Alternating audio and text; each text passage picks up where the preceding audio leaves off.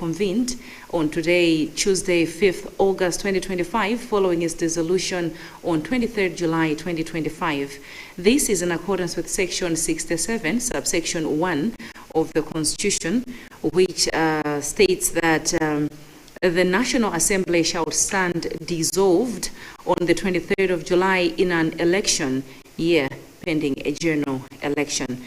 However, Section 67, subsection 4 of the Constitution further states that if between the dissolution of the National Assembly and the general elections that follow, the President is of the opinion that a constitutional crisis or emergency has arisen, he may reconvene the National Assembly for that purpose alone, but in any event, that reconvened National Assembly shall stand dissolved on the date of the general election. In exercise of that power, the President, His Excellency Dr. Lazarus McCarthy Chakwera, has reconvened the National Assembly. And this is coming while we only have 41 days to the polling day, that's on 16 September 2025. And this reconvened Parliament is meeting to consider a matter relating to the exercise of the right to vote enshrined under Section 40, subsection 3 of the Constitution, which reads, "Save as otherwise provided in this Constitution, every person shall have the right to vote, to do so in secret, and to stand for election for any elective office."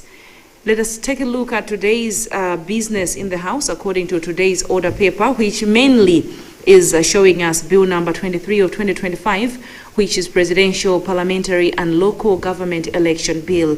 There are 3 stages of the bill that are supposed to be taken. Actually, not mainly 3. The 3 are the readings: first reading, second reading, third reading. But the bill also has to go through the committee stage. It has to go through the reporting stage. So when it goes to the third reading, it goes into where we can say that the House has passed a bill. I urge you to stick around so we can watch and follow everything as it happens in this House today. This can be one that we can say that it is a special or a different kind of broadcast, where we are looking at a Parliament that has been dissolved and the Parliament has been reconvened just to discuss one specific matter. Now, Bill number 23 of 2025, that's the Presidential, Parliamentary, and Local Government Election Bill, seeks to amend the Presidential, Parliamentary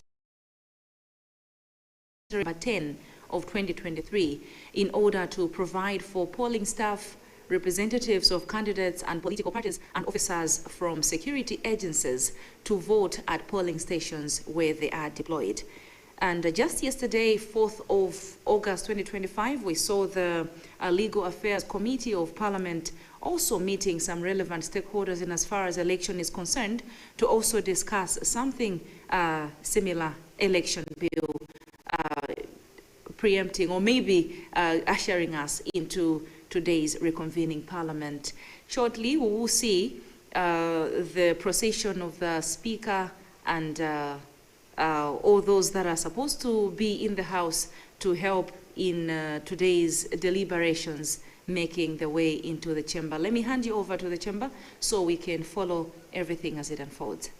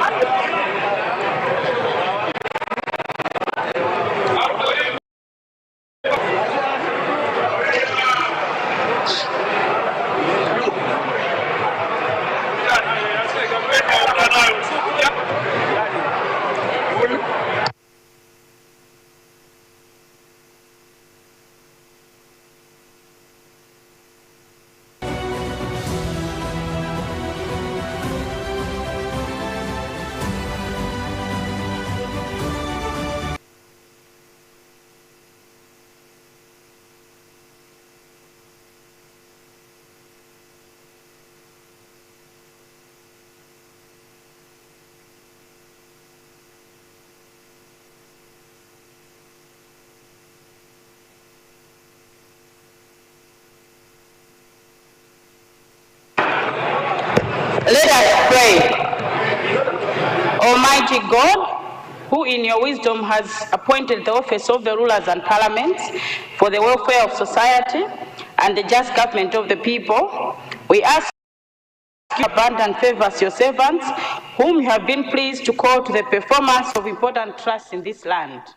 Let your blessings descend upon us here assembled, and grant that we may treat and consider all matters that shall come under deliberation in so just and faithful a manner as to promote your honor and glory, and to advance the peace, prosperity, and welfare of this country and of those whose interests you have committed to our charge. Amen.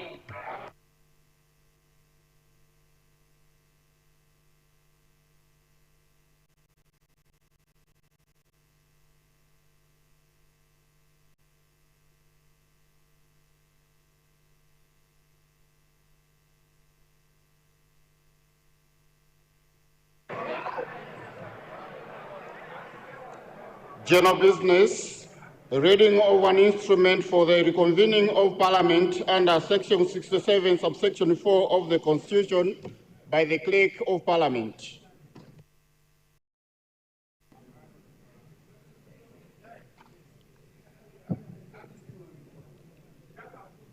The Constitution of the Republic of Malawi, reconvening of the National Assembly under Section 67(4) of the Constitution. Whereas in accordance with Section 67(1) of the Constitution, the National Assembly was dissolved on 23 July 2025, and whereas Section 67(4) of the Constitution empowers the President to reconvene the National Assembly if, between the dissolution of the National Assembly and the general election that follows, the President is of the opinion that a constitutional crisis or emergency has arisen requiring urgent legislation or consideration by the National Assembly, and whereas a matter relating to the exercise of the right to vote enshrined under Section 43 of the Constitution has arisen requiring urgent consideration by the National Assembly and enactment of legislation with respect to the conduct of the forthcoming general election to be held on 16 September 2025. Now, therefore, I, Lazarus McCarthy Chakwera, President of the Republic of Malawi, pursuant to the powers conferred by Section 67(4) of the Constitution, hereby reconvene the National Assembly to meet on 5 August 2025 to consider a presidential, parliamentary, and local government elections amendment bill. Made this 25th day of July 2025, signed Dr. Lazarus McCarthy Chakwera, President of the Republic of Malawi.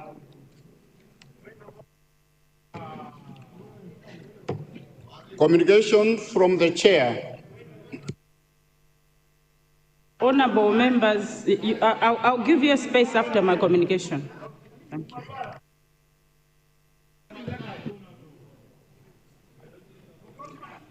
Good morning, honorable members. I wish to welcome you all to this reconvened meeting of the National Assembly, which has been convened by His Excellency the President, Dr. Lazarus Makathi Chakwera, under Section 67(4) of the Constitution of the Republic of Malawi, as read out by the Clerk of Parliament in the instrument for reconvening of this meeting. Before I proceed with my communication, as we are all aware, we lost Honorable Joyce Chitsulo MP, a member for Mwanza West, who was also the Deputy Minister of Local Government, Unity and Culture. Late Honorable Joyce Chitsulo MP passed away on Friday, 6 June 2025. May I therefore ask the House to rise and observe a minute silence in honor of the her departed soul.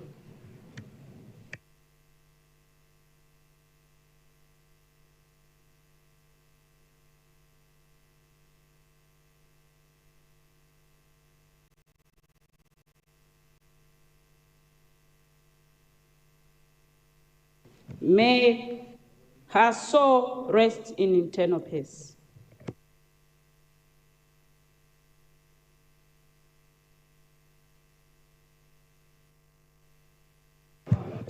Honorable members, as we are all aware, this Parliament was dissolved on Wednesday, 23rd July 2025, in accordance with the constitutional provisions.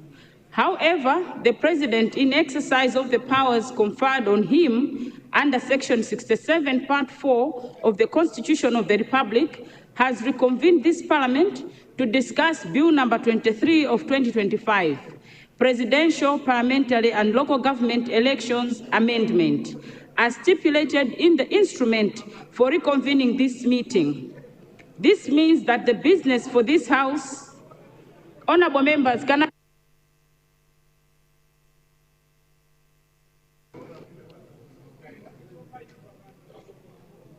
Parliamentary and Local Government Elections Amendment, as stipulated in the instruments for reconvening this meeting.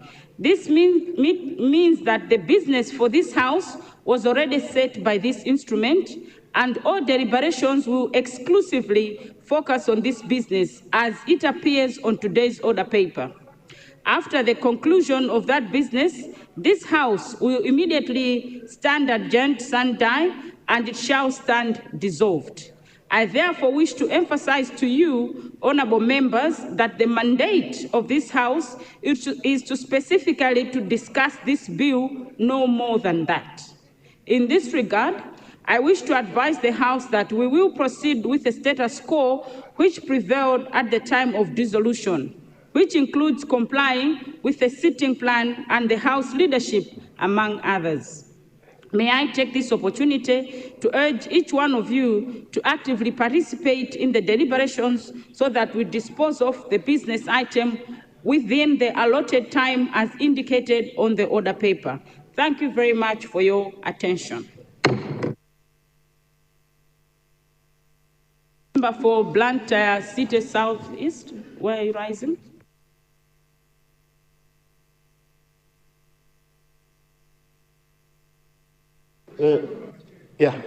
Thank you, Madam Speaker. Madam Speaker, I would like to understand. I didn't go to a law school. My understanding is that the President has reconvened this House, but the President has no powers to impose a Speaker on us. We need to have a process. We will elect you again. But we need to have a process to elect now a Speaker to lead us.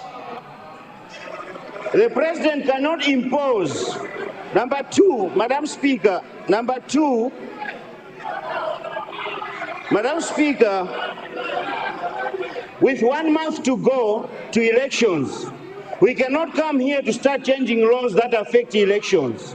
We cannot do that. Madam Speaker, I thought my coming here was to discuss about the problems of petrol, where our brothers and sisters have slept on the filling stations tonight, last night, and tonight they are sleeping again. We don't know who's going to rescue us.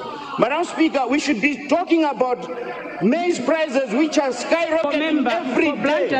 Not coming here to be discussing about elections which are just about a month to go. Mugoba Jani, you are going. Southeast.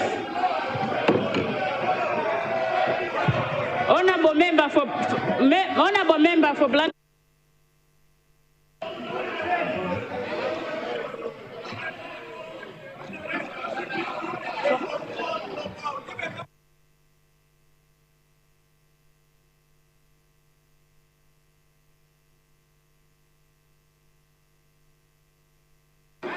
Thank you, honorable members. As I said, can I have order, please? As I said earlier, according to our own constitution, we cannot be discussing any other matter. It's not me. Whether you don't want the speaker or you want the speaker, you're not allowed to discuss any business to that effect.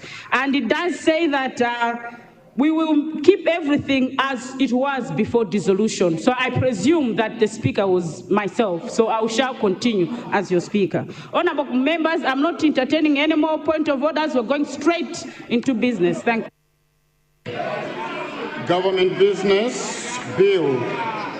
First reading, Bill number 23 of 2025, Presidential, Parliamentary and Local Government Elections Amendment. Bill was circulated to honorable members on Friday, 25th July 2025. Honorable members, I said I'm not entertaining anymore. The leader of the House did raise his microphone. I've not given anybody any space. So I'm not giving any space. We're just going straight into business. No. Let's go into business. As long as is it related to the business that we're discussing. Honorable members, can I have order? Yes, can I have order, honorable members? Can I have order, honorable members?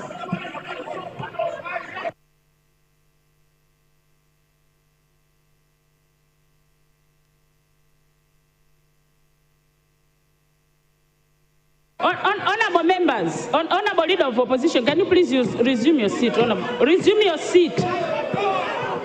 Resume your seat, honorable leader of opposition. Resume your seat, honorable Cholo Central. Resume your seat, Cholo Central. Resume your seat, Cholo Central. I said resume your seat, Cholo Central. Resume your seat, Cholo Central.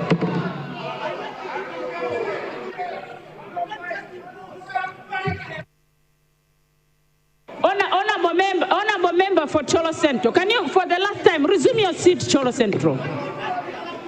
I'm saying resume your seat, Cholo Central. Honorable members, honorable leader of opposition, resume your seat, please. Resume your seat, leader of opposition. Honorable members, can I have order? Even the no. Even the leader of the House raised his mic. I have not recognized him. I've not recognized any. I've not recognized. As long as the matter that yes, I said I'm going to give you space, but let's start with a business. Then you can proceed. Bring in your matters. No.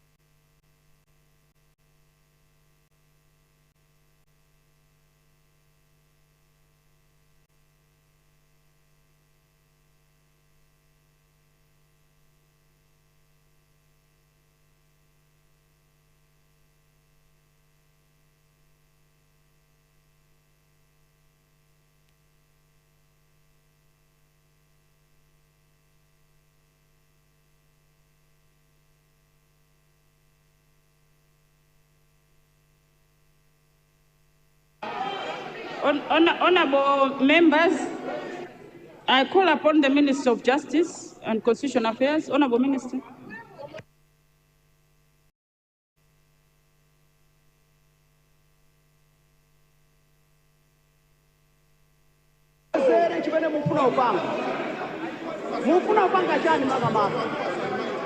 Madam Speaker, can we have clarity? What is it that we have come to do? We don't have any constitutional crisis. Honorable member for Cholo Central. The only person to respond to you, Cholo Central. For this parliament. Cholo Central. As a member of parliament, Cholo Central. Can I have order, please, Cholo Central? Why are we here? Why are we here? We don't have any constitutional crisis in Malawi. We don't have any emergency in Malawi. Why are we here? We have got crises out there. We've got hunger. We've got...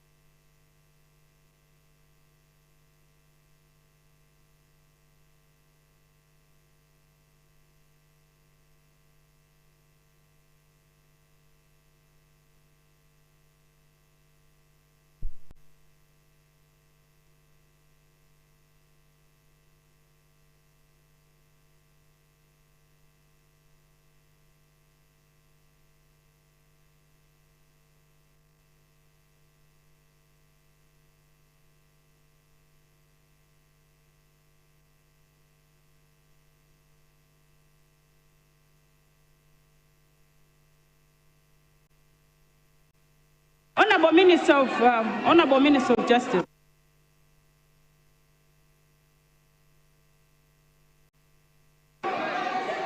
Madam Speaker, the bill was not satisfied 28 days notice, but Madam Speaker, because of the agency involved in that many people would be deprived of the right to vote, I beg that we will notice the letters and the second reading be done. And the second reading be done today, Madam Speaker.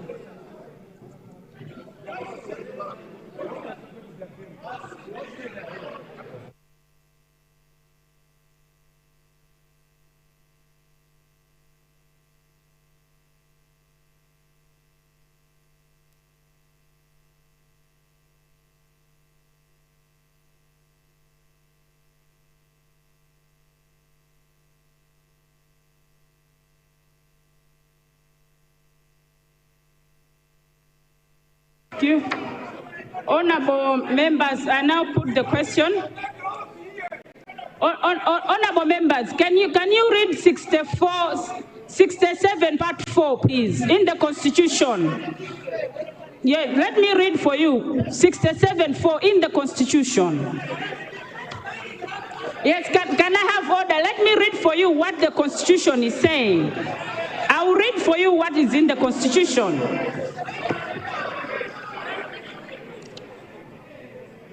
67 part 4. If between the dissolution of the National Assembly and the general election that follows, the president is of the opinion, so it's the president's opinion. It's not me, that's the Constitution of Malawi, not me.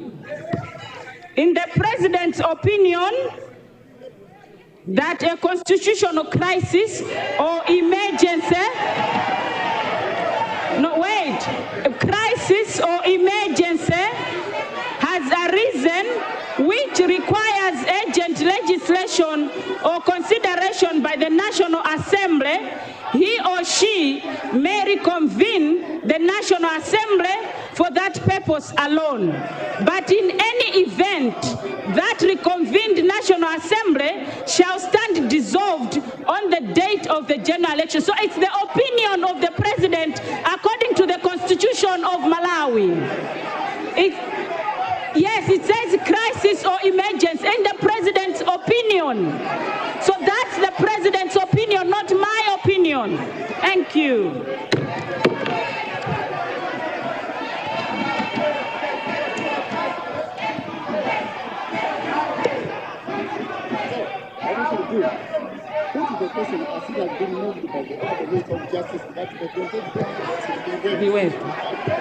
Honorable members, I now put the question.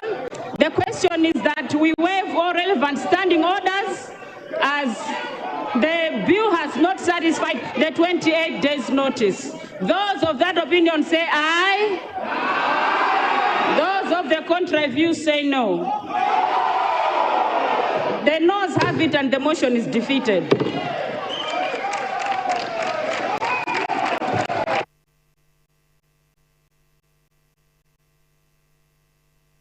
Why are you rising? Division granted.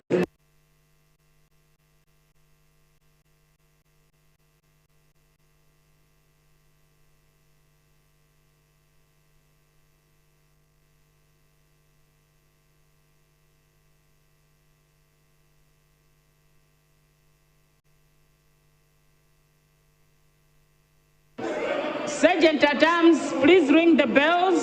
Sergeant at Arms.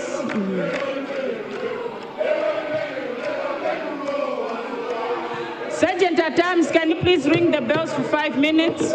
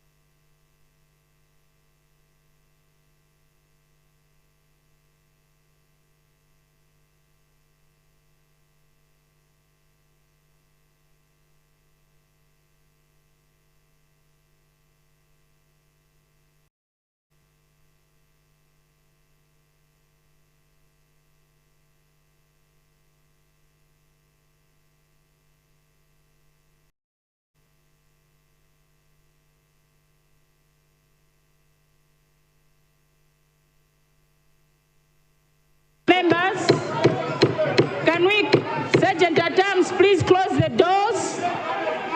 Close the doors. Can you close the door? please.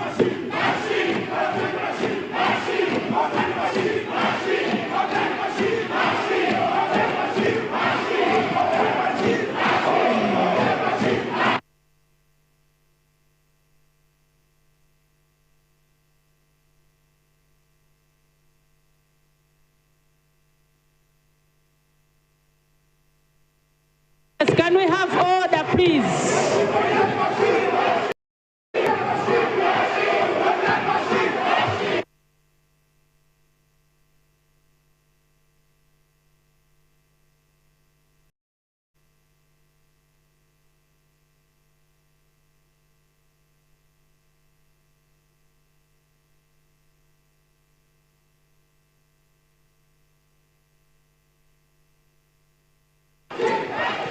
Honorable members, can I have order? We need to start voting. Can I have order, please? On my left, order, please. Order. Please, order.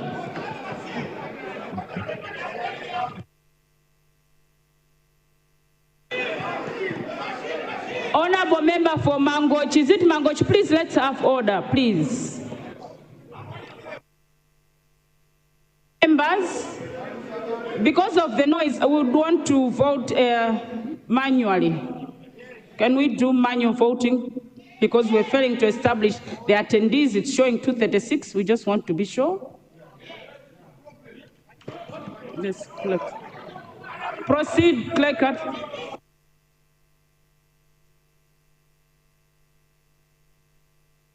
Can we please close the doors? And yes. The question was on the waiving, whether we should waive or not. That's the question. Whether you want us to waive the 7 days notice or whether we are not. Voting. Voting for member. Manual. Honorable Aisha Anne Adams. Honorable members, whether we should waive or not. So those that want us to waive the 28 days notice should say yes. Those that don't want us to waive the 7 days notice should say no. Can you start, clerks at the table? Honorable Aisha Anne Adams. Honorable Besta Bernard Awali. Honorable no. Besta Awali. No.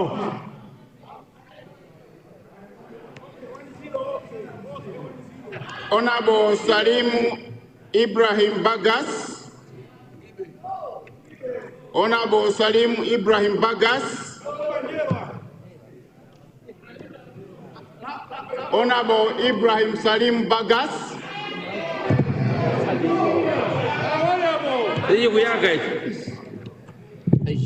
Honorable Salim Ibrahim Bagas. No, yes. No.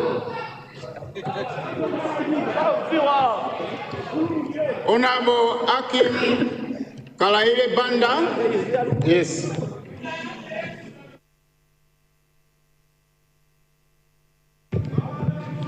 Honorable Richard Chimwendo Banda. Yes to civil rights. Honorable Simplex Chichola Banda. Yes. Honorable Dr. William John Susuere Banda. No. Honorable Patrick Siabonga Bandawe. Honorable John Francis Bande. Honorable Mike Bango. Yes.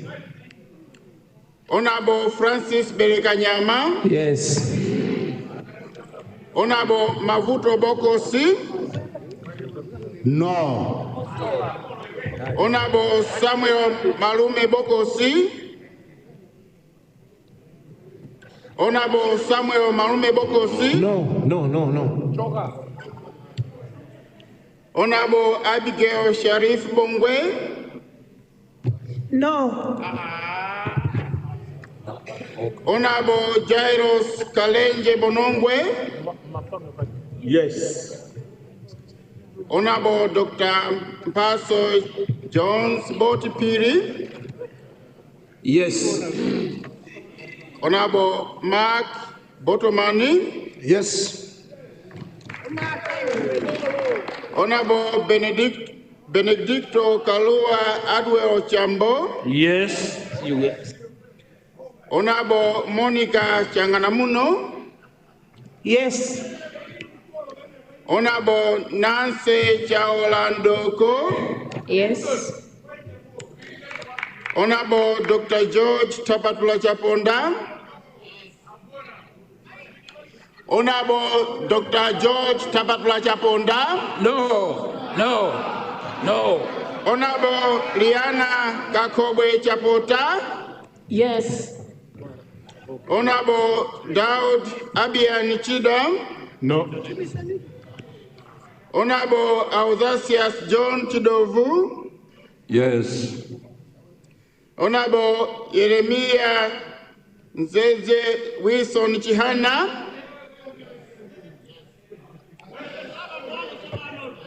Munasia Constitutional Running Mate Catherine Gotani Hara, no.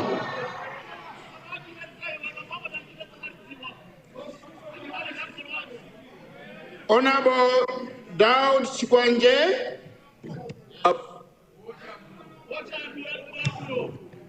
No. Honorable Ulem Chirapondwa. Yes. Honorable Weran Chirenga. Yes. Honorable Mwisho Chirikuntima. Yes. Honorable Damson Chimalira. No. Honorable Oliver Chimangeni. Yes. Honorable Gladwell Chimseka. Yes. Honorable Noah Chimpeni. Yes. Honorable Henry Chimuntubanda. Honorable Henry Chimuntubanda. Honorable Ezekiel Chingoma.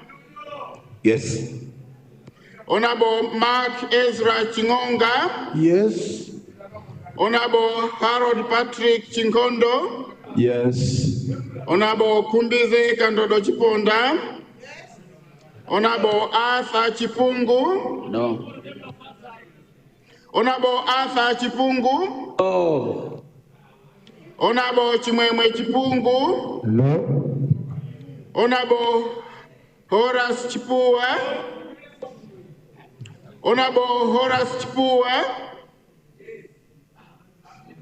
Honorable Horace Chipua.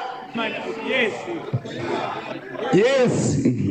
Honorable Samuel Chirwa. Honorable Samuel Chirwa.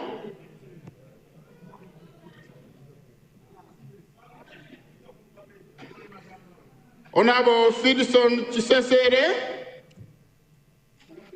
Honorable Fidson Chisesere.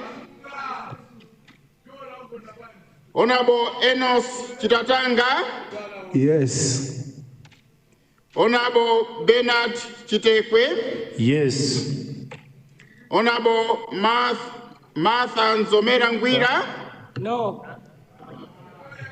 Honorable Enoch Chizuzu. Yes. Honorable Dr. Owen Chomanika. Yes. Honorable Halima Daud. Yes. Honorable Nicholas Hare Dausi. Honorable Nicholas Hare Dausi. Honorable Nicholas Hare Dausi. Iwe ndugu yasiwe.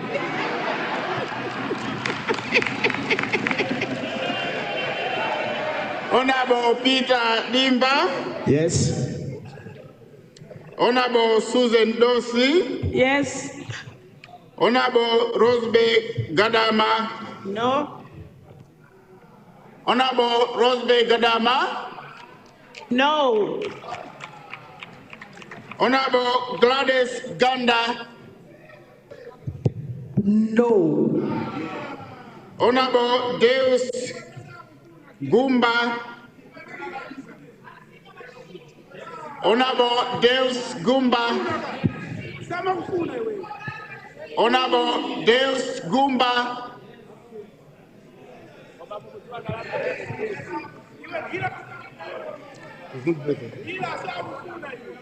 Honorable Sosten Gwengwe. Yes. Honorable Willard Gwengwe. Yes. Honorable Jacob Hara. Yes.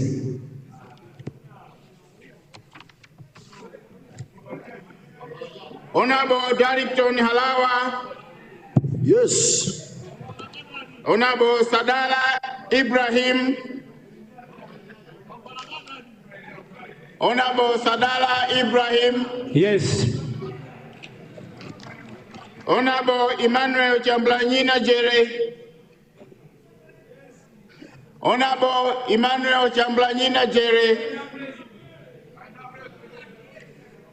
Honorable Alfred Gia. A big yes. Honorable Esther Jolobala. No. Honorable Raf Joma.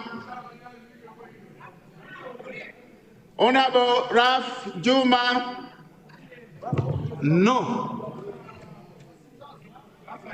Honorable Kennedy Pemba Kachingwe. No. Honorable Arnold William Kazanja. Yes. Honorable Savio Kafwafa. Yes, yes, yes, yes. Honorable Winston Kaimapanjira. Yes. Honorable Felix Kaira. Honorable Felix Kaira.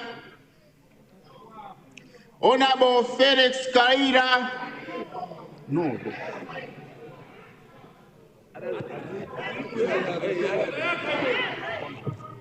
Honorable members, can we use our microphones, please? No. Honorable Brennet Kaise. Yes. Honorable Collins Kajawa. Yes. Honorable Ajil Richard Kalitendere. No. Honorable Ed Carlos. No. Honorable Kamlepo Kalua. No. Honorable Madaliso Kambaua. Yes. Honorable Stephen Siamo. Yes. Honorable Kennedy Kandodo. Yes. Honorable Jason Kaneka. Pass. Honorable Jason Kaneka. Not pass.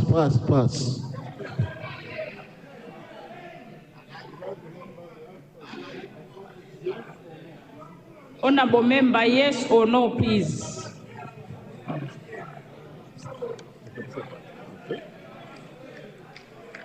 Honorable Jason Kaneka. Abstain. Honorable Ruben Kanyama. No. Honorable Chris Kanyasho. No. Honorable Godfrey Kapalamula. Big yes.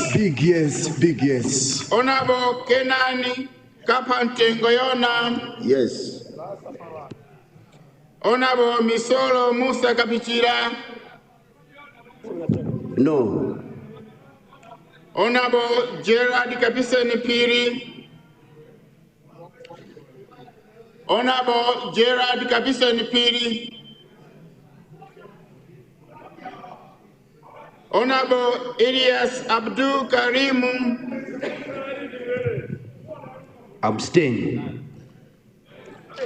Honorable Esther Cecilia Katumba.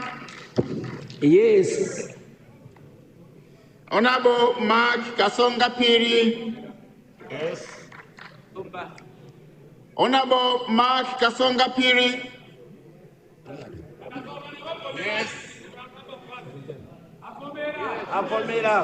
Yes. Ndati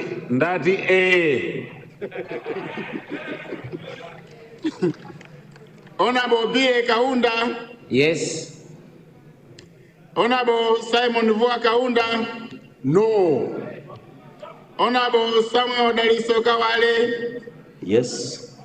Honorable Dr. Ephraim Kayembe. Yes. Honorable Idrissa Kazembe.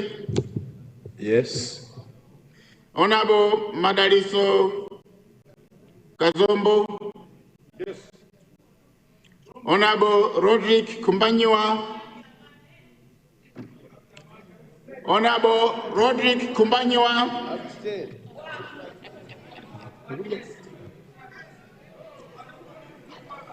Honorable Naomi Kirekwa. No. Honorable Victoria Kingston. Honorable Victoria Kingston. Abstain. Honorable Overton Kondowe. Honorable Overton Kondowe. Yes. Honorable Binton Kunsaira. Yes. Honorable Grace Kwerebeta. No. Honorable Lipipa. Honorable Noyo Lipipa. The crisis we have is the petrol crisis, not a crisis. So it's a big no. Honorable Robin Lowe. Yes.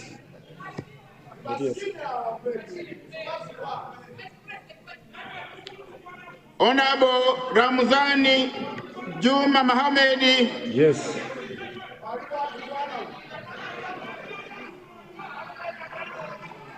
Honorable Esther Majaza. Yes. Honorable Chifundo Makande. Honorable Chifundo Makande. No. Honorable Joshua Malango. Yes. Honorable McTimes Malowa. No. Honorable Irene Mambala. Yes. Honorable Kafandikale Mandevana. Yes. Honorable Christopher Manja. Honorable Christopher Manja. Yes. Honorable Francesca Masamba. No. Honorable Nixon Maceo. Honorable Nixon Maceo. Honorable A.B. Matanda. No. Honorable Patrick Pinganjira Matola. No. Honorable Peter Mazizi. Honorable Raquel Mazombwe. Honorable Raquel Mazombwe. Honorable Dr. Albert Mbawala. Yes.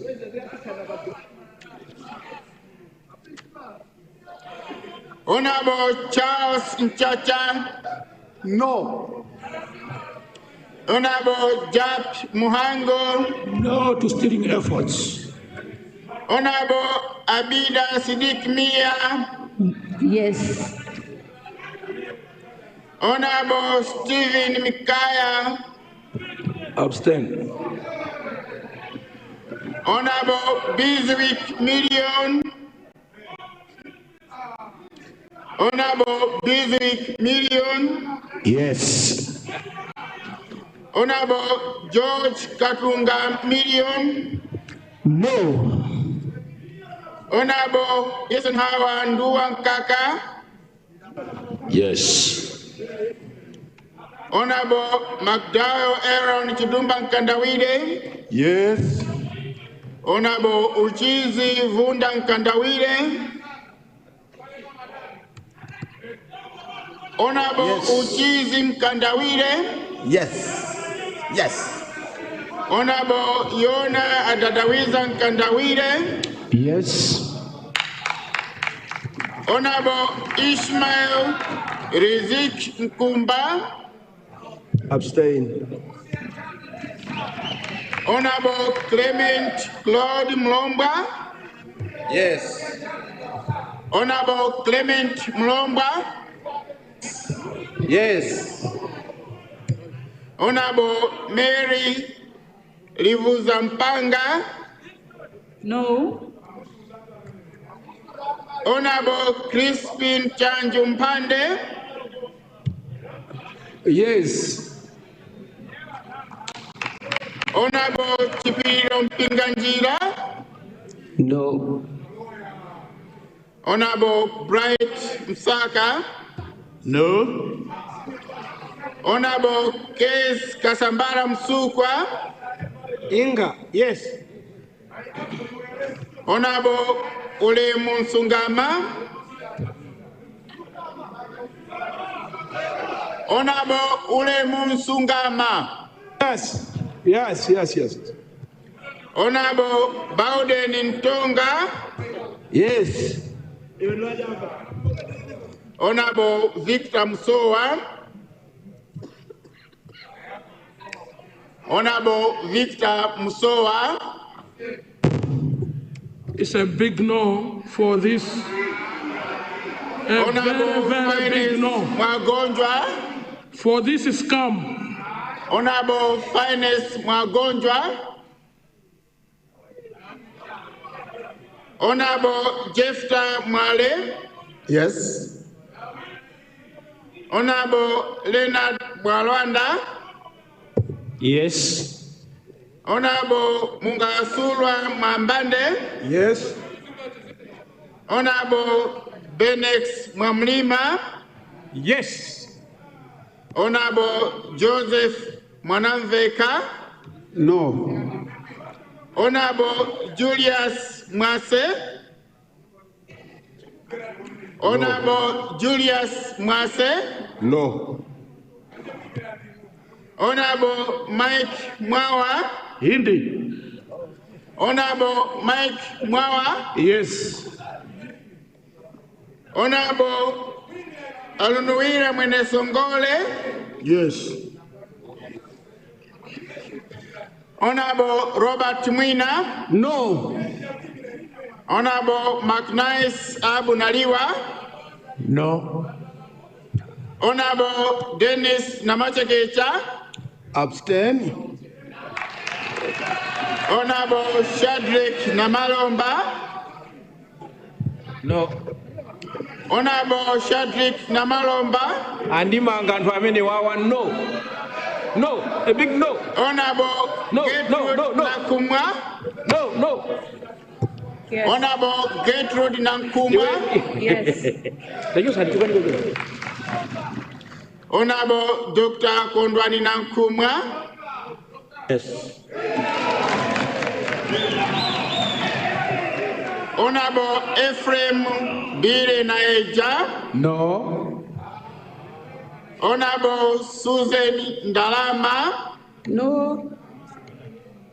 Honorable Betha Mackenzie Ndewere. Yes. Honorable Grant Ndecha. Abstain. Honorable Grant Ndecha. Abstain. Honorable Kenneth Ndovi. Yes. Honorable Anthony Tone Ngalande. Yes. Honorable Dave Ngambi.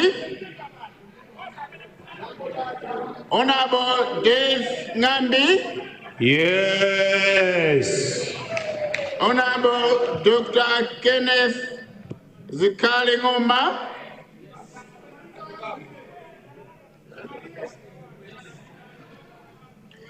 Honorable Dr. Matthews Ngwale. No. Honorable Raymond Chatimankata. No. Honorable Agnes Nkusankoma. Honorable Agnes Nkusankoma. Yes. Honorable Paul Dumembe Nkoma. Yes. Honorable Joseph Nomale. No. Honorable Yusuf Witness Ntenda. A big no. Honorable Ishmael Ndaira Onani. Honorable Ishmael Ndaira Onani. Ngati mwana wa Chakwera, yes. Honorable Lilian Patel. No. Honorable Enoch Pale. Yes, please. Honorable Benson Ben Marunga Piri. No. Honorable Benson Malunga Piri. No. Honorable Loni Chijere Piri. Honorable Loni Chijere Piri. Honorable Santiago Samson Piri. No. Honorable Wachepa Piri. No. Honorable Francis Piso. No. Honorable Nelson Poya. No.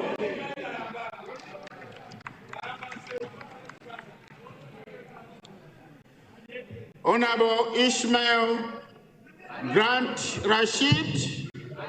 No. Honorable Simon Salambula. No. Honorable Mavuto Sandram Scott. No. Honorable Jean Mwana Wauza Sendeza. Yes. Honorable Henry Biden Shawa. Yes. Honorable Orphan Shawa.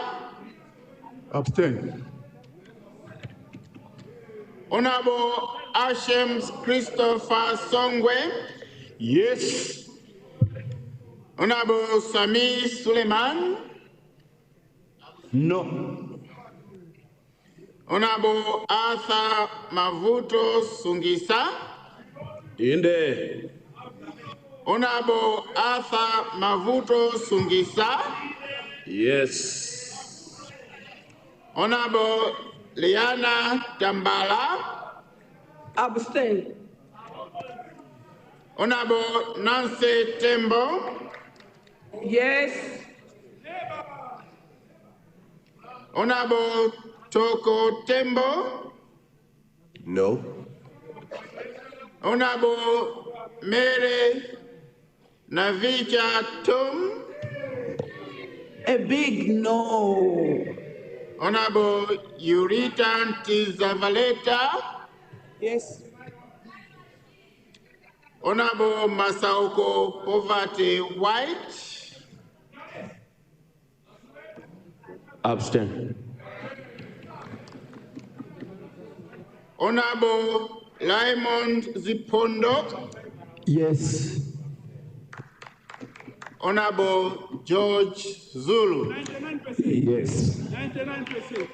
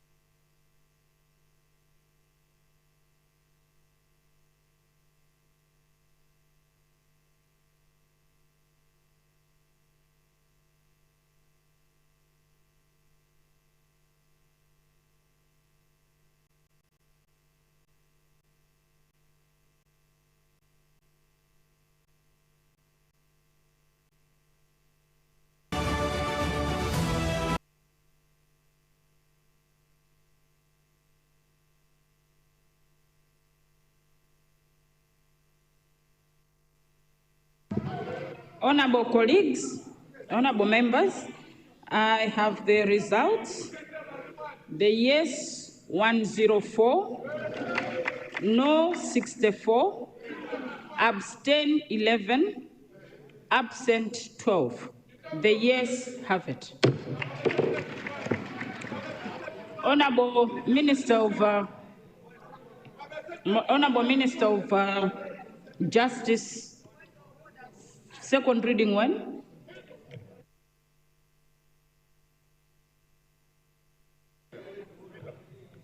Today and now, Madam Speaker. Thank you. Speak. I now put the question. The question is that second reading of Bill number 23 of 2025 be taken today. Those of that opinion say aye. Those of the contrary view say no. The ayes have it, and the motion is carried. Second reading, Bill number 23 of 2025, Presidential, Parliamentary and Local Government Elections.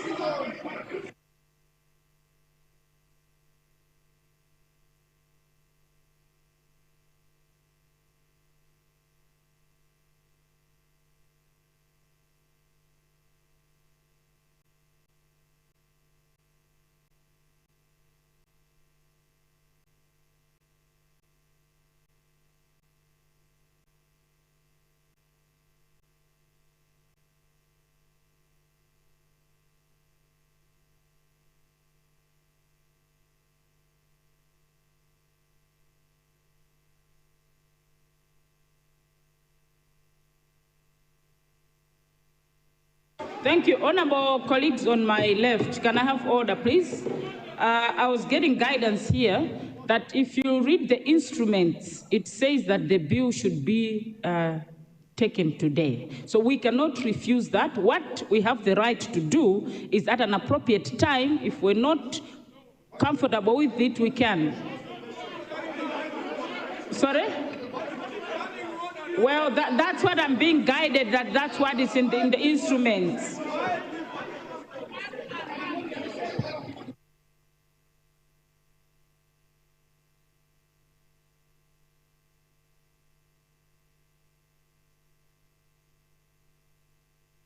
Honorable Minister of Justice, proceed, please.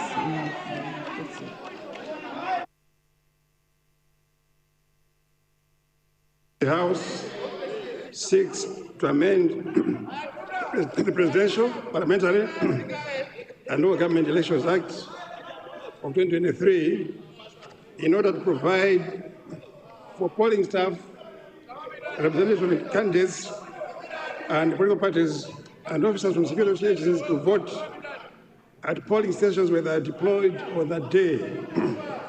Madam Speaker, in its present section, in its present form, Section 74 of the Presidential, Parliamentary and Local Government Elections Act provides that a registered voter shall vote only. Members, I'll give you point of orders after he's taken. I'll give you the point of order. I'll give you Cholo Central. I'll give you immediately after. I'll give you. Yes, after the presentation of the minister, I'll give you the point of order. Yes, even leader of opposition, I'll give you. There's over 80,000 registered voters. We will not be able to vote and would be disenfranchised. In this regard, therefore, Madam Speaker, the bill proposes an amendment to Section 74 of the Act to provide for the Malawi Electoral Commission to be able to authorize, upon application, a member of polling staff of the Commission, a representative designated by the Commission to monitor the elections, a member of the Defense Force, the Police Service, or any other state security personnel stationed at a polling station to provide security, to be able to vote at a polling station where they have been deployed on that day. Madam Speaker, allow me to invite this Honourable House to support the Presidential, Parliamentary and the Local Government Elections Amendment Bill 2025. I beg to move. Thank you.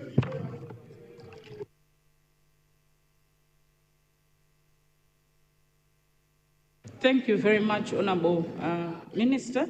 Honorable Member, or Leader of Opposition, you were rising, you said on a point of order. I give you the floor.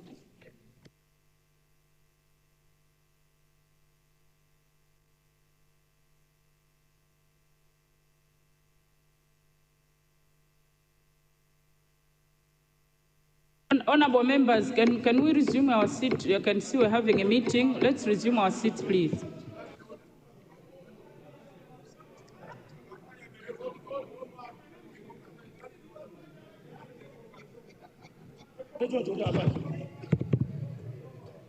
Right, Honorable Speaker. First of all, thank you for granting me the right of point of order. Is it in order that this Parliament was summoned in order to deal with a constitutional crisis which had arisen? Is there any constitutional crisis which has arisen? There is nothing which has arisen as a constitutional crisis. I'm saying this, Right Honorable Speaker, because we had all the time when we were here, why was this issue not raised? One. Two, we know that the military people and others have got provision in the Constitution to vote early, as I know. And three, we know also that people have always had rights in their own areas to vote. Now, what constitutional crisis? Let's not make an abuse of power and also based on your numerical strength. Let's be realistic on the basis of the situation as it stands in the country. When we are talking about constitutional crisis, it should have been a fuel crisis, maize crisis, and other things, but not an issue which has been with us all this time. And finally, finally, how can you introduce this a month before the election? Does it make sense? There is no constitutional crisis. There is something sinister motives. I want to say there is sinister motives involved in this whole issue. Honorable Member, Honorable Leader of Opposition, point of order is a minute. I just wanted maybe to go back again, read what the Constitution says, Honorable Leader of Opposition, because that time, there was, no. He has asked, I have to respond again. If you go back to the Constitution, not our standing orders, but our Constitution, 67(4), and I'll read. If between the dissolution of the National Assembly and the general election that follows, the President is of the opinion that a constitutional crisis or emergency, no, wait, Honorable Member, wait for me to read the whole section. A constitutional crisis or emergency has arisen which requires urgent legislation or consideration by the National Assembly. He or she may reconvene the National Assembly for that purpose alone. But in any event, that reconvened National Assembly shall stand dissolved on the date of the general election. Now, it's the opinion of the President. In terms of whether it's a constitutional crisis, an emergency, it's the President's opinion and nobody else. Thank you. Honorable members, oh yes, I know Charles Central had given you the floor.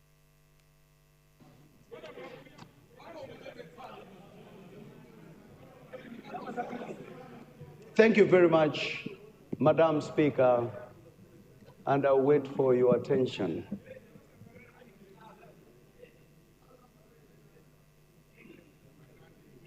Madam Speaker, thank you very much for according the people of Cholo Central the opportunity. I agree with the Constitution. I agree with you. but we are members of parliament that are representing the people. Our view is that we needed to be explained so that we are aligned. Number one, we respect the opinion of the president. Number two, we understand it is going to be a constitutional crisis or emergency. We want to be explained so that we understand what is the emergency. Or if it is a constitutional crisis, what is the crisis? So that as we represent our people, we know exactly what is the emergency and what is the constitutional crisis, if any. We represent the people. We are not here under our own right. Our people wants to know what is the emergency or what is the constitutional crisis. That's all we are asking. Once that has been explained to us on what is the emergency, we are free to flow on the floor. But to come to parliament and then it is just being dictated to us, to then engage in a discussion, it is not right. So, Madam Speaker, kindly take time to explain. Yes, it's opinion of the president. The opinion is on what? Is it a constitutional crisis or is an emergency? If it is an emergency, what is the emergency? So that then we represent our people very well. Thank you very much, Honourable Member for Cholo Central. I'm sure that's a question you have said I should explain. I don't think there's any way that gives provision for me to explain whether it is a constitutional crisis or an emergency, but probably in the explanation either I can see the Leader of the House or the Minister can explain the reasons, but there's nowhere where it says we need to be given as Parliament that explanation, but I'm sure they can give out if they have any explanation, and it doesn't clearly state, it just says if the president feels that needs to be done. No. We are not on question. If you have questions, then obviously I have to give you. You were asking for a point of order, and no. Honourable Member for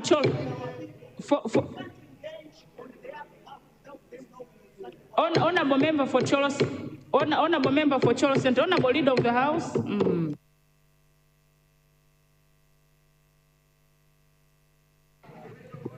Thank you so much, Right Honourable Speaker. Indeed, when the President calls for an emergency sitting of Parliament, he gazettes that for us to first understand. And in the Gazette, the President has stipulated the Presidential, Parliamentary and Local Government Act.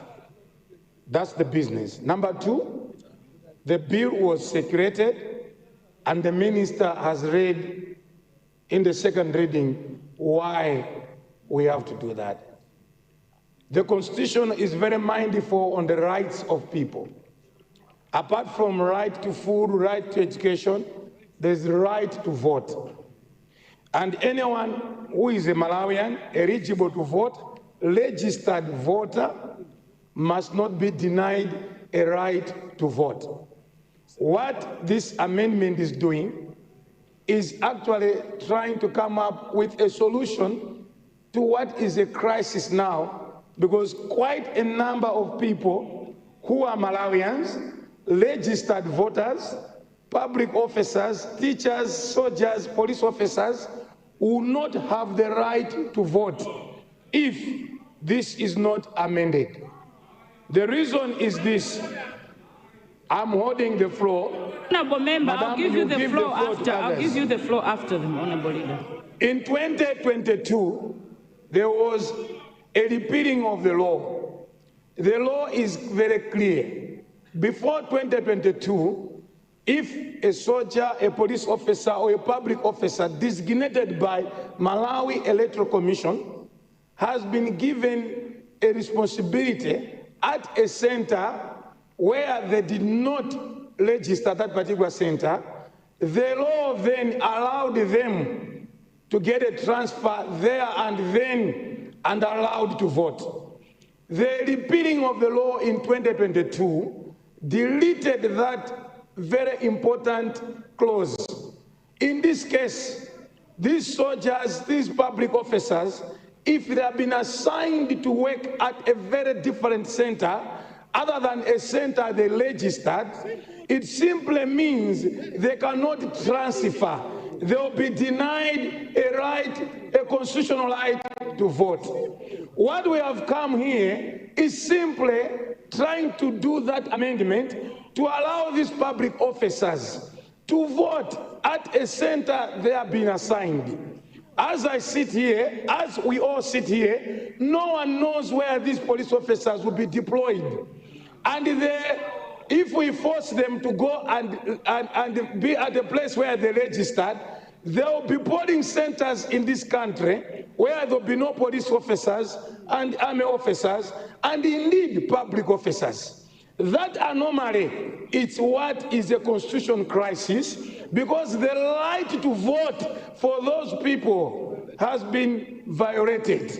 What we are asking Malawians of goodwill who were appointed in this house is to allow every citizen in this country, first of all, those that already registered, they are not going to do any registration. They have a valid registration card. They are Malawians and eligible to vote, but they have been assigned to go and work elsewhere. Where they have been assigned to go and work, they will introduce their voter registration.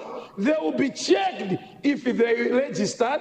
Then the law allows them at that particular time to vote. Madam Speaker, Malawians should debate something which is political at some times and sometimes reason. This law is very clear. And because many people are going to be denied the right, it pleased His Excellency to listen from the civil society, to listen from the public, and allowed that us, as members of Parliament, we should be called back with an emergency sitting of Parliament to consider those Malawians eligible ones to vote. Therefore, there's no any political issue in this bill. This bill is fully to allow Malawians to vote. Now, Madam Speaker, democracy is beautiful. When you have an opinion, express it. But when democracy says, when you are all members of Parliament and you can decide by showing your votes and numbers, let us allow that. When you differ, but when it's time to vote so that we progress as a nation. Just because you feel like you can't allow that, that should not deny others as well to vote. Thank you so much, Very Honorable Speaker. Thank you. And honorable colleagues, I just wanted to take you back to the communication that was being read by the Clerk of Parliament before I made my communication. And this was from the Gazette notice. I think it was paragraph 3, and it says, and whereas a matter relating to the exercise of the right to vote enshrined under Section 40, Part 3 of the Constitution has arisen, requiring urgent consideration by the National Assembly and enactment of legislation with respect to the conduct of the forthcoming general election to be held on 16 September 2025. This is coming from the Gazette notice from the President. So he did state the reasons why we should, but obviously when the Clerk of Parliament was reading this, there was a lot of noise, and I'm sure we were not able to pick up that this was already stated. Thank you. So, members, can we make progress? Yes, yes, honorable member for Machinga Likwenu, and then there was a Machinga. Thank you very much, Madam Speaker, for the opportunity to raise a point of order. I would like to raise a point of order on the question of the right to vote. Madam Speaker, this probably will be our 7th or 8th general election in this country since 1994. Why has this problem arisen? What was happening in the previous elections? These people were voting. The people that deserve to vote were voting under Section 67(3) of the Constitution, which allows the military and the police to vote before the date of the election. And they can vote even now before the date of the election. Why is it that they want this to happen now? Let me explain on the right to vote. Madam, if you transfer somebody from Lilongwe to go and monitor elections in Mzuzu, he can only vote for the president. But the ballot paper for his member of parliament or his councillor will not be in Mzuzu. So his right to vote for his member of parliament or his councillor will not be provided. So we are here only trying to vote for the president. For most people, the person that matters is also his member of parliament that deals with his daily issues in his constituency. So of the three votes that a person is entitled to, this particular amendment will only address one right to vote of the president, but not the member of parliament or not the councillor. Additionally, and this is very important, additionally, when you look at the current provision, we are amending a 2023 law created by this government. All the time, people were voting and there was no problem. They created the problem in 2023, and now it is a crisis according to them. This is not a crisis. The law we are amending today, madam, was created in 2023 when the gentleman right across here was the Minister of Justice. They made this law. Honorable member for Machingali Kwenu, I'm sure you're going into substantive debate. I wanted to ask, is this an emergency or a constitutional crisis arisen, or it has been created? It deliberately created in order to ensure that surreptitious people vote on this day. The ballot papers that were found in Kanengo are the ones that are going to be voted for on this particular day. Honorable members, yes. And you are respecting only one right to vote of the president. What about the member of parliament? What about the council? Thank you. Honorable member of Machingali Kwenu and the rest of the members, can I have order, please, honorable members? Can we have order? Can we have order? Honorable members, I wanted us to proceed procedurally. Can I have order, please, honorable members? Order, please. Honorable members, can I have order on both sides, please? Order. Honorable members, I wanted us to proceed procedurally. Can I have order, please? Please, order. I wanted us to proceed procedurally. I know there's honorable member for Machinga East, Mzimba North, as well as Blantyre City South. I was wondering, and Rumpi East. I wanted us to proceed procedurally. Let me ask the spokesperson from the DPP to respond, and the spokesperson from UDF. Immediately, I'll give you spaces, the honorable members that I've mentioned, to take the floor. Let's proceed procedurally. The spokesperson from DPP, and then I already have Mzimba North, Machinga East, and Rumpi East and Blantyre Southeast. I'll give you after the spokesperson have taken the floor. And for those that want to go and have their cup of tea, you are free to go and have a cup of tea. Thank you. A spokesperson from DPP.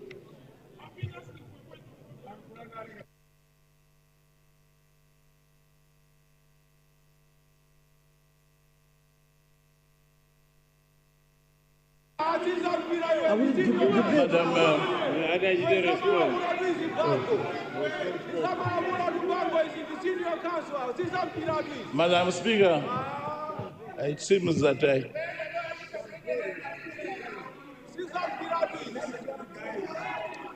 members, can we have order? Let's hear the honorable spokesperson in silence, please. Madam Speaker, I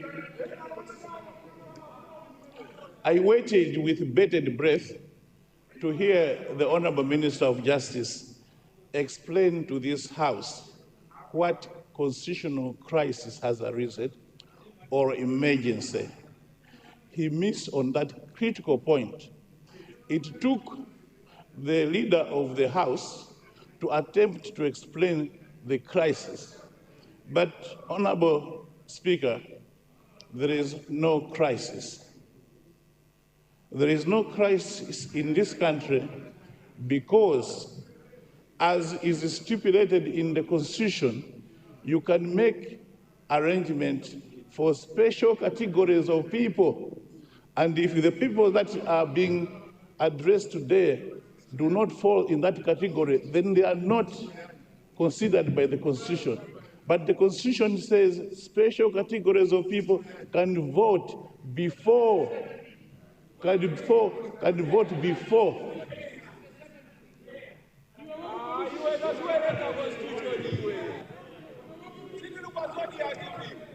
So if there is anyone that needs to vote, that will be busy on the election day, the Constitution has made provision for those people to vote before.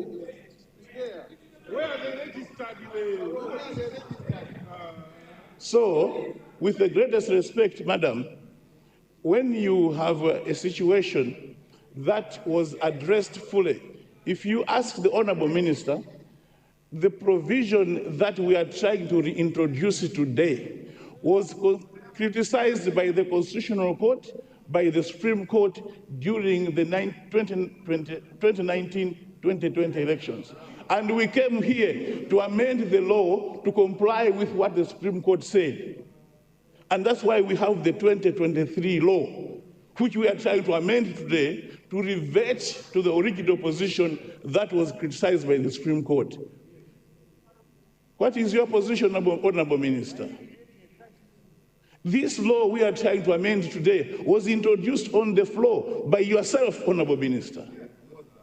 And you are saying now it's a constitutional crisis.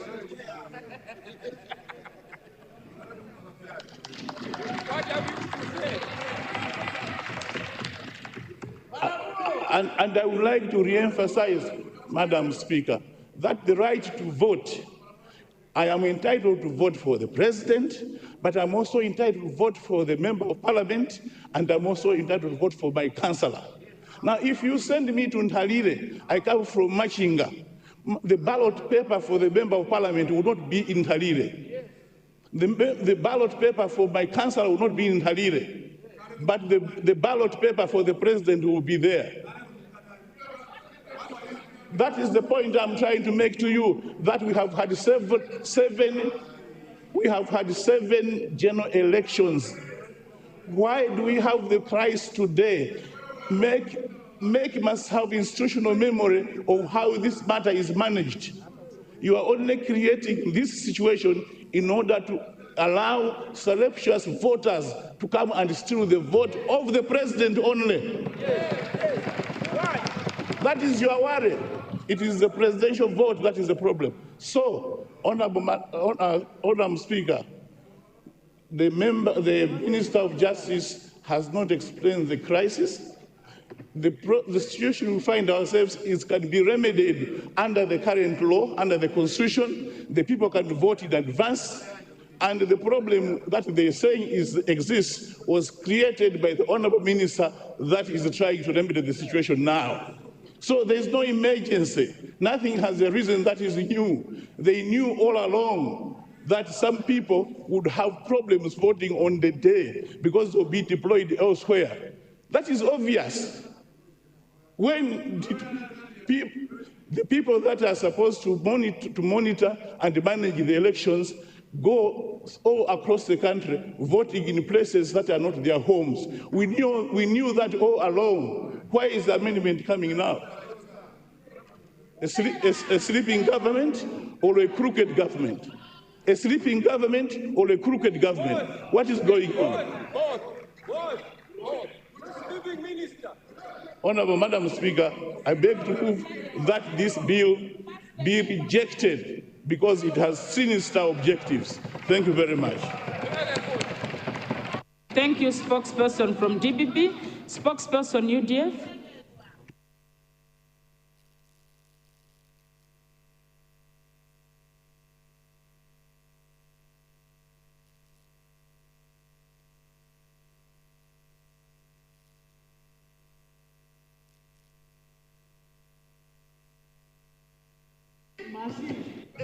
Thank you so much, Madam Speaker, for recognizing United Democratic Front, UDF, to add their voice on the amendment under debate. Madam Speaker, you may recall that United Democratic Front is one of the political parties which brought democracy in this country. And starting from the time, Madam Speaker, we started voting in this country, we have been seeing men in uniform participating in all the elections. And there are procedures which has been being followed by the Malawi Electoral Commission, the ones responsible for managing the elections, to allow them to vote even before the day of voting. And this is not new to all of us. Madam Speaker, we did not remove any clause when we were amending this bill concerning the voting of these very important people. So, Madam Speaker, I would like, Madam Speaker, I would like to echo to say that I would want to agree with the spokesperson from DPP. Unless if I'm told that the Malawi Electoral Commission, they do have mechanisms which will assist these people to vote for their councillors as well as members of parliament back home. Because they're responsible to vote for councillors and members of parliament is in the hands of the communities around that area. Because they know their councillor, they are able to know their MP, they have listened to their manifestos, and they would want to choose the better candidate among themselves. So someone from another district or another constituency or another ward cannot go to this particular ward and support the communities there to elect a councillor, which will not be, this guy will not be at this particular area forever. It will be a once-off vote and they'll go back to their respective homes. So unless, Madam Speaker, if we are indeed trying to address this issue, we have to address it holistically. That if we would want these Malawians to participate in voting, we do agree with that, but we would want them as well to vote for their councillors whilst they are at working place. We would want them as well to vote for their MPs while at their working place. So we are trying to bring a half-baked law that is addressing one issue, and the other issue is still addressing what Malawians want. So the amendment does not have any clause explaining mechanisms which Malawi Electoral Commission has put in place to assist these Malawians to participate fully in voting for their councillors, members of parliament, as well as their president. So as much as we agree that this is a very important issue to allow those Malawians who will be responsible for monitoring and working at the electoral or the polling stations. But what about the other issues? So, Madam Speaker, I would want to ask this House to defer this bill. We put mechanism that will answer the support of these people to vote for their responsible councillors and members of parliament. We should not do a half-baked issue just because we are rushing. This is why even at the first time we did not address this issue, because of doing things in a hurry, doing things with the power, the same power given by Malawians. Can we do better for Malawi? Can we allow each and every citizen to vote for their councillors and members of parliament? Why are we rushing for only presidential vote? Madam Speaker, if indeed we are trying to address the constitutional matter, the right to vote, we need also to support these people to vote for their councillors as well as members of parliament. Remember, with councillors and members of parliament, we are using first past the post. So if we are having 20 officers at a polling station and they are voting for a councillor whom they don't know, a member of parliament whom they have never heard about, I think it is now we are creating a serious constitutional crisis, Madam Speaker. With these few remarks, Madam Speaker, we differ. Can we do better? Can we look into these things? How best can we support these people? We should not do things in a hurry just because it is favoring me or favoring the United Democratic Party. No, we are here for Malawians. Malawians are listening. And on the same note, Madam Speaker, yesterday the public was informed.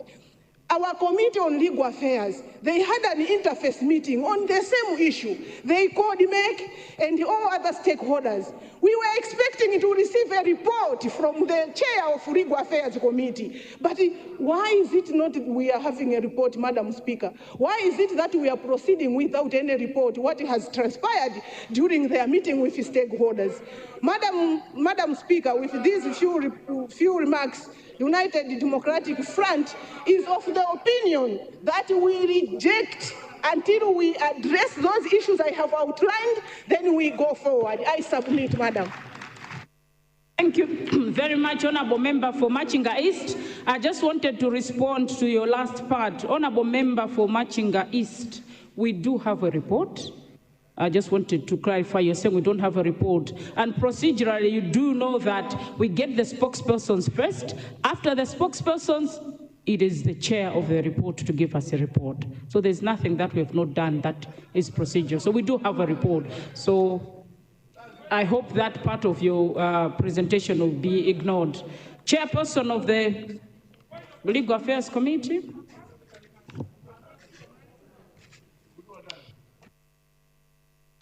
Procedurally, there's a chair. After the chair, we go to the general debate. Yes. Madam Speaker, I beg to present the paper standing on my name under item Bill number 23 of 2025 of the order paper. I beg to move.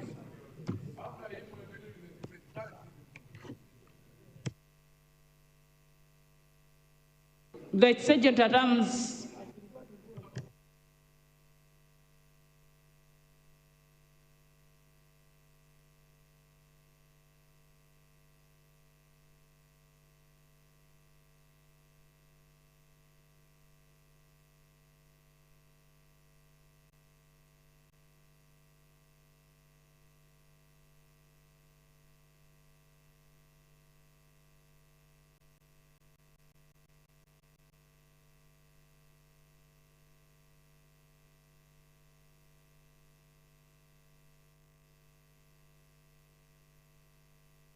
Honourable Chair, do you wish to speak to your report? Yes, Madam Speaker. Have the floor.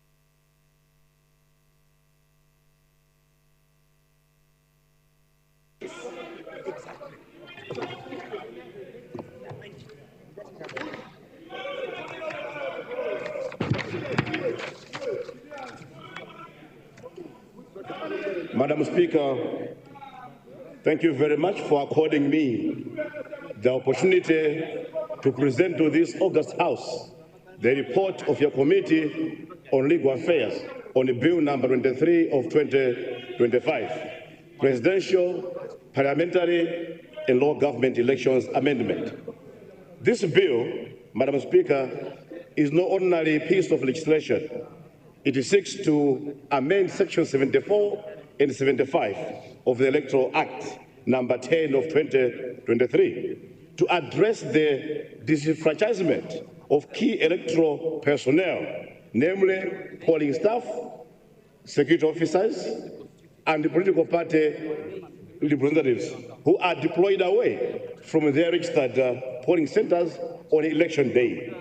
Madam Speaker, your committee examined the bill in line with its mandate under Standing Order 159 and in accordance with the referral made under Standing Order 125 subsection 3 Our key tasks were to critically analyze the bill, to identify critical issues in the proposed amendments, and to report to the House on our findings and recommendations.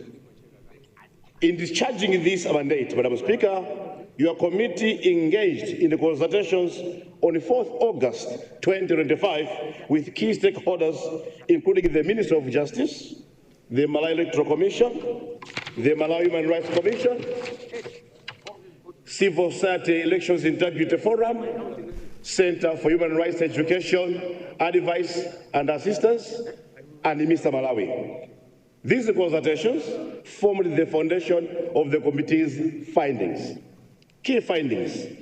Madam Speaker, your committee noted that the amendment to Section 74 proposes to allow certain categories of deployed personnel to vote at their assigned polling stations upon application and presentation of authorization. This includes polling staff, security agents, and political party monitors. Additionally, Section 5 would now require such voters to present both a voter certificate and authorization from the Commission at their polling station. Stakeholders like the Malawi Electoral Commission supported the amendment, noting that up to 90,000 registered voters are typically deployed on election day and are unable to vote under the current legal framework. However, Madam Speaker, several stakeholders raised critical concerns about the limited scope of the amendment. They argued that it is unjustifiably excludes other essential electoral participants, such as observers from CSOs and MHRC, journalists and media personnel, incarcerated or recently released persons who are registered before or during their imprisonment, health workers, and other essential staff deployed away from home districts. Committee observations. Madam Speaker, your committee made the following observations. Limited scope. The amendment exclusively targets presidential elections, ignoring parliamentary and local government elections, thereby undermining the spirit of tripartite elections. Timing of the amendment. The committee expressed concern that introducing a critical amendment less than 2 months before the election could compromise electoral preparedness and implementation. Electoral integrity. The committee emphasized the importance of preserving integrity by ensuring that any deviation from voting at one's registered center is well regulated.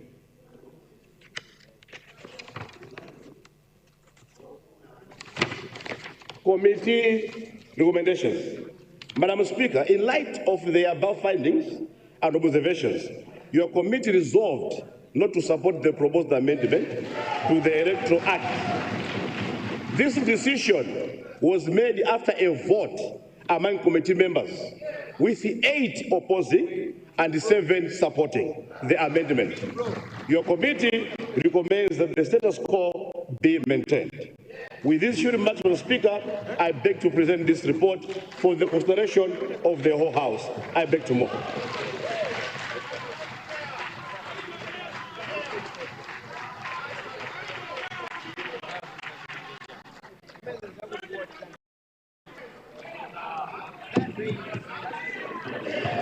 Thank you. Can I get an honorable member from the committee to second the report? An honorable member from the committee to second the report, please. Honorable member for the South, are you rising? Are you a member from the Legal Affairs? Oh, honorable member for Blantyre City South East.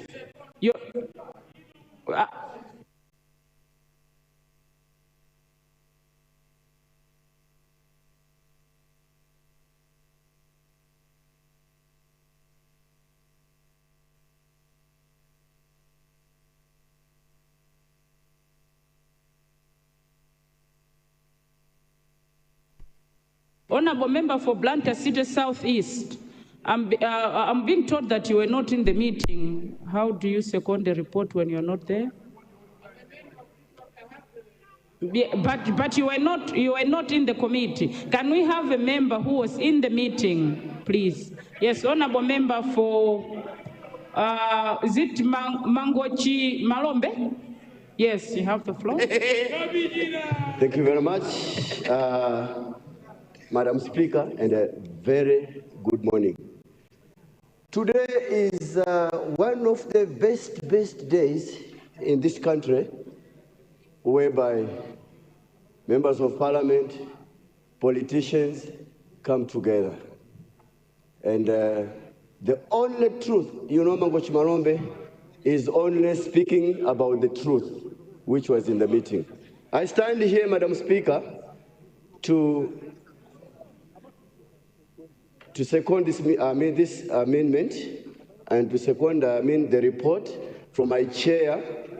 As a member of Legal Affairs, I want to second that all what has been said by the chair of Legal Affairs Committee, Madam Speaker, is the truth. Thank you very much, Madam Speaker. Very much for the secondment. Honorable members, I now call for debate on the report. Honorable Member for Blantyre City Southwest and then Rumpi East. Is it on the report? You have the floor, Blantyre City Southwest and then Rumpi East. Southeast. Sorry, Honorable Suleiman. He's the one who raised a point of order. Thank you, Madam Speaker. Madam Speaker, I'm speaking as a member of the Legal Affairs Committee. No, you said a point of order. You're not debating. If you want debate, no, it's you something said on different. The report. Okay. Yes. Fine. So if you want to debate, you're allowed. But if you want to raise a point of order, then something different. So are you raising a point of order or you want to debate? I'll debate. Oh, you have the floor. So I'm done with it. And then I'll finish the point of order. Thank you, Madam Speaker. Madam Speaker. It is 5 minutes. Madam Speaker, I stand here, Madam Speaker, as a representative of the people of Blantyre City Southeast, and also a member of the Legal Affairs Committee. Madam Speaker, I don't know why the government is so desperate to change this law at this 11th hour. Madam Speaker, we simply know, as explained to both the chair of the Legal Affairs and the spokesperson of UDF and our spokesperson of DPP, that we do not have a constitutional crisis. It's a fact. This constitutional crisis is being created, not reason. Why are they creating this constitutional crisis, Madam Speaker? Yet, in our Constitution, Madam Speaker, under Section 67.3, it gives powers to set dates before the polling day to accommodate all officers that are going to do the work on the voting day. We have seen this happen with our police, army, prison. Why is it a crisis now? Madam Speaker, I feel 67.3. Madam Speaker, as explained earlier, that those people that are going to vote will not have a right to vote for their preferred MP and their preferred councillor. That way we are denying them that right, Madam Speaker. Madam Speaker,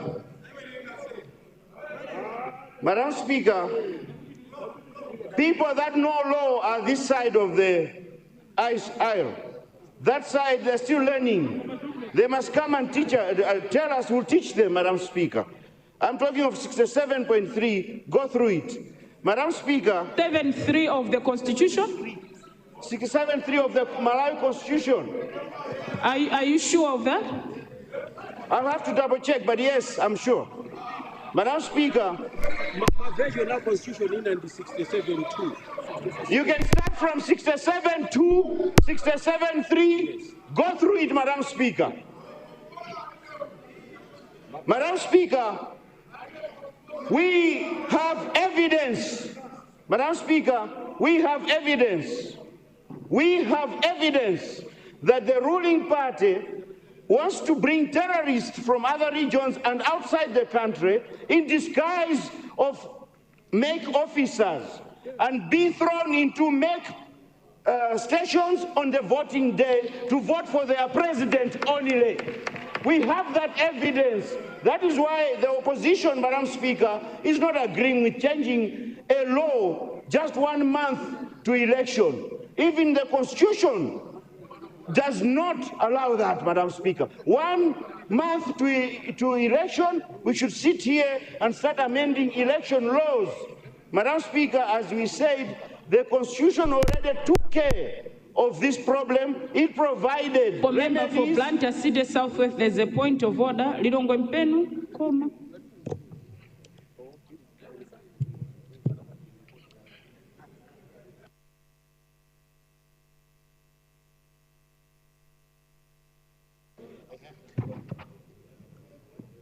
Thank you, Madam Speaker, for recognizing the people of Lilongwe Mpenu to bring a point of order. The member who has just resumed his seat has made a very serious allegation, and he claims that he has evidence that the ruling party would like to bring terrorists and participate in these elections. And this is a House of Records. I would like to request you, Madam Speaker, that the member bring on the floor the evidence that he has that this government wants to bring terrorists into this country. Thank you, Honorable Member for Lilongwe Mpenu.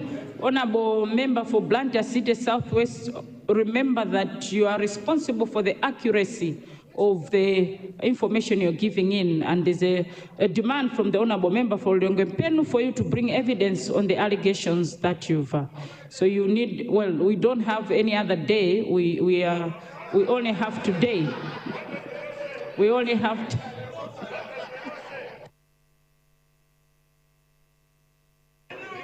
Yes, Honorable Member for Blantyre City South. Yes. Thank you, Madam Speaker.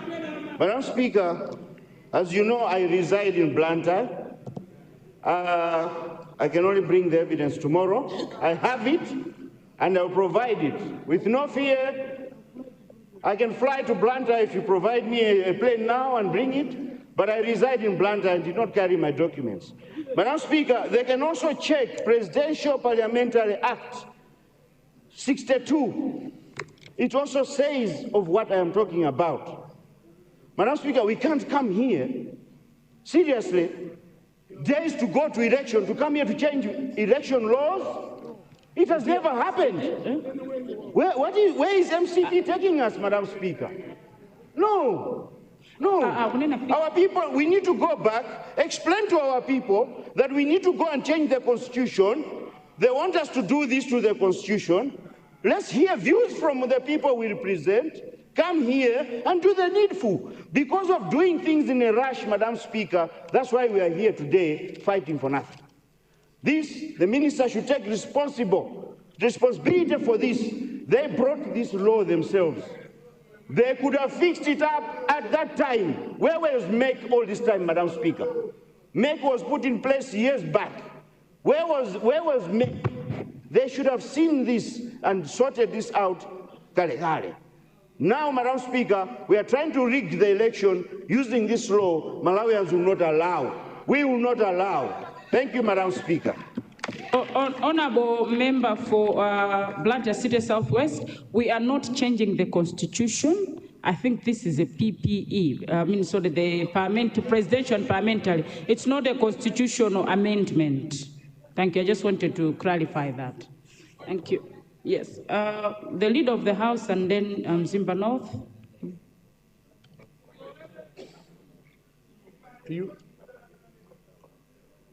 Madam. Right Honorable Speaker, there are two things that are under discussion. There was a debate by political party representatives, and then there is the committee report. I know you would still give those that stood even before the report was presented a chance to make their presentation. But for the committee report, I'm begging to move that debate on the committee report be curtailed to allow the chair to wind up that debate. And thereafter, you may allow others to actually give the general debate that they want to give. I beg to move. Thank you, Honorable Leader. And standing as guided, that I did recognize other honorable members. You contribute after curtailment of the report, debate on the report. Honorable members, I now put the question. The question is that debate on the report as presented by the chair of the Legal Affairs Committee be curtailed. Those of that opinion say aye.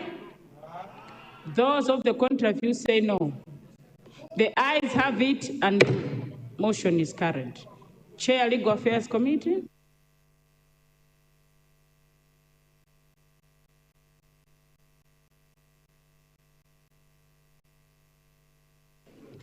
Thank you very much, Madam Speaker. And let me appreciate the people of Blantyre Southeast for their contribution on the report as presented. Madam Speaker, I therefore beg to move that the report be adopted by the whole House. I beg to move. Honorable members, I now put the question. The question is that the report as presented by the chair of the Legal Affairs Committee be adopted. Those of that opinion say aye. Those of the contrary view say no. The noes have it, and the motion is carried. Why are you rising, honorable members? Division granted.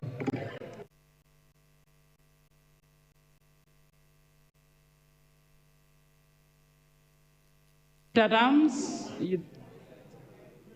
the bells, please, for 5 minutes.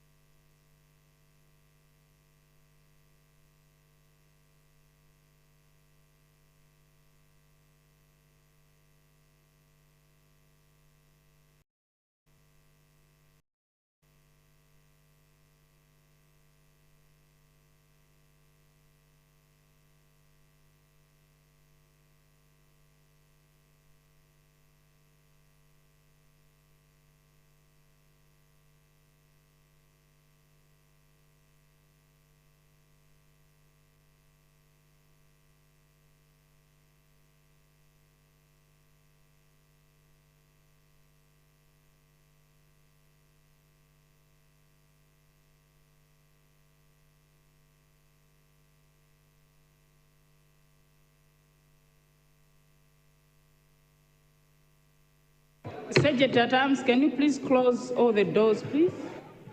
Close all the doors.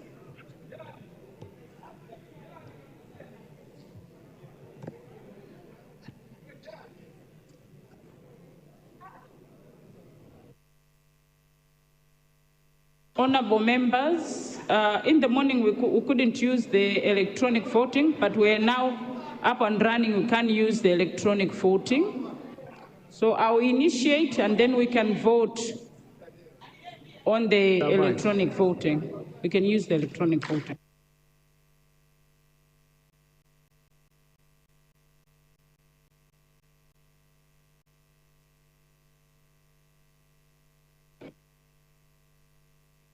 For members, you need to refresh on the attendees list so that you confirm that you are in the house.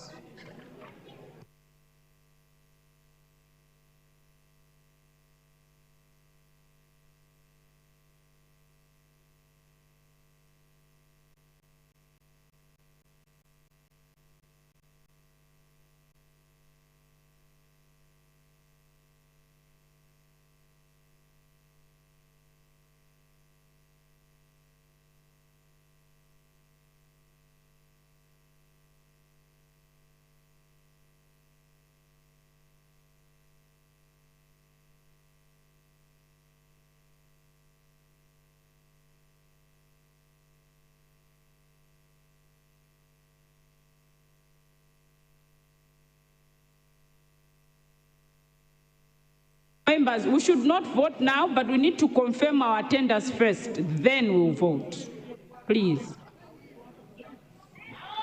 And then we have a problem because of our clerks, the 2 deputy speakers. Can they be assigned somewhere? Because they can't vote. You call them manually?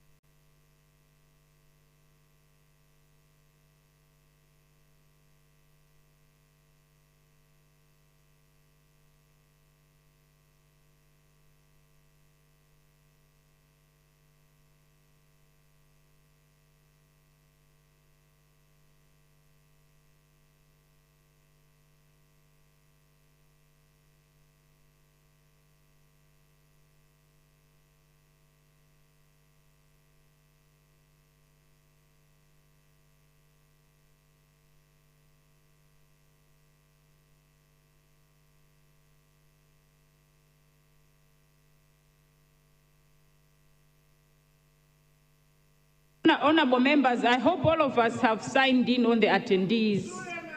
I hope you have signed in, because we'll be closing next, we will be voting. So I hope everybody has signed in on the attendees.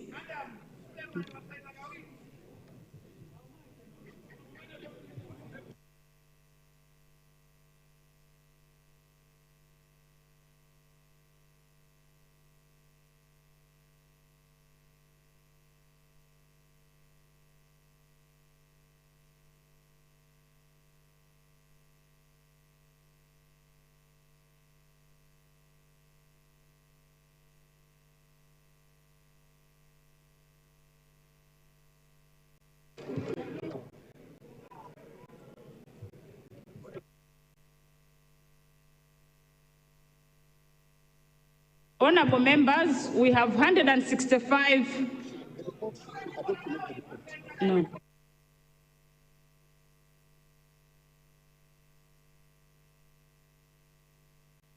We have 165 members present, and we are voting on the adoption of the report. Those that want the report adopted will vote yes. Those that don't want the report adopted will vote no.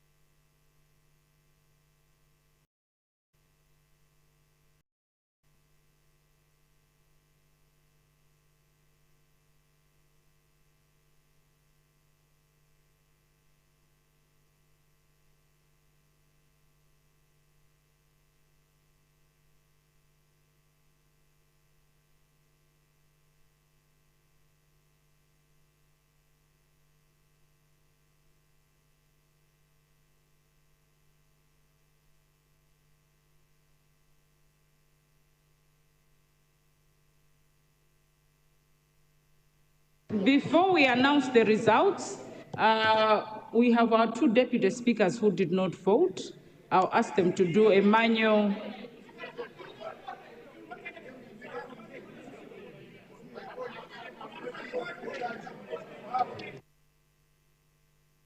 Proceed and ask the... Yes.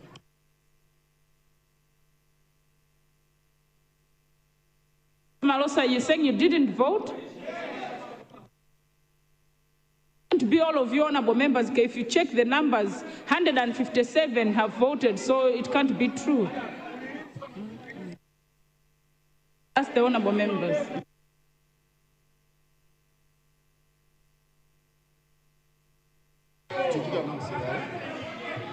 Honorable Madaliso Gazombo. Honorable Madaliso Gazombo. Honorable Aisha Adams.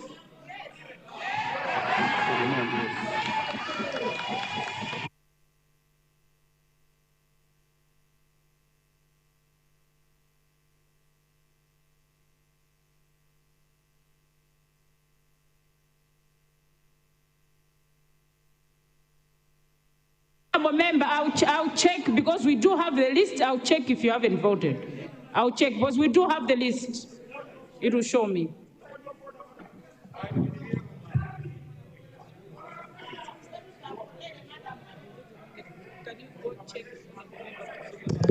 Honorable member for Zomba Malaso will be proceeding. He will check if you've not voted because it's given us the list of who has voted. Thank you. Yes, he will check. Thank you. Honorable member for Zomba Malosa, I have got your record here. You voted yes. Honorable members, we now proceed with the debate. The report means has been rejected. Yes, the report has been rejected, and the votes were as follows. The yes vote was 63, the no vote was 94, abstain 2, and 8 did not. No, 94 because we had 93 voting electronically, 1 voted manually. The Honorable Deputy, Right Honorable Deputy Speaker voted manually. No, 1-1. So instead of the yes 62, we had 63 because the other one voted manually. On the no, we had 1 voted manually. That's why we have 94. Honorable members, no. Let's, honorable member for Mulanje, is it Mulanje? Honorable member, is it Mulanje West? Mulanje Southeast. Honorable member for Mulanje Southeast, to begin with, the language you're using is not admissible in Parliament. 2, you can't speak on his behalf. 3, I've got the list here of those that have voted. Thank you.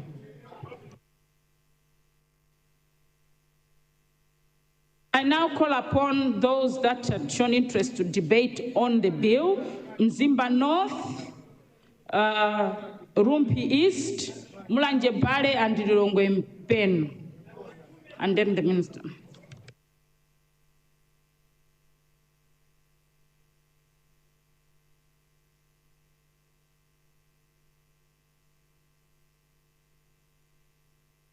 Mulanje Bale, resume your seat, please.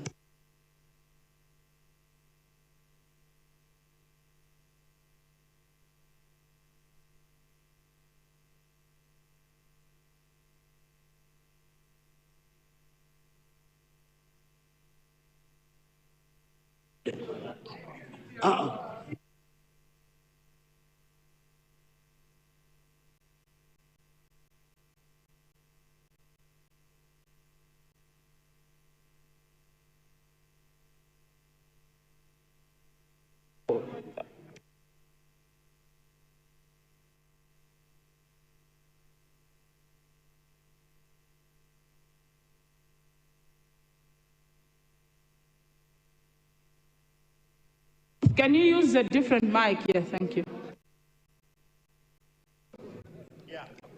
Thank you. Thank you, Madam Madam Speaker, and the potential alignment of Malawi Congress Party. Madam Speaker, let me also congratulate Titus Uvalo for being accorded the status of senior counsel. I hope he's advising the government correctly.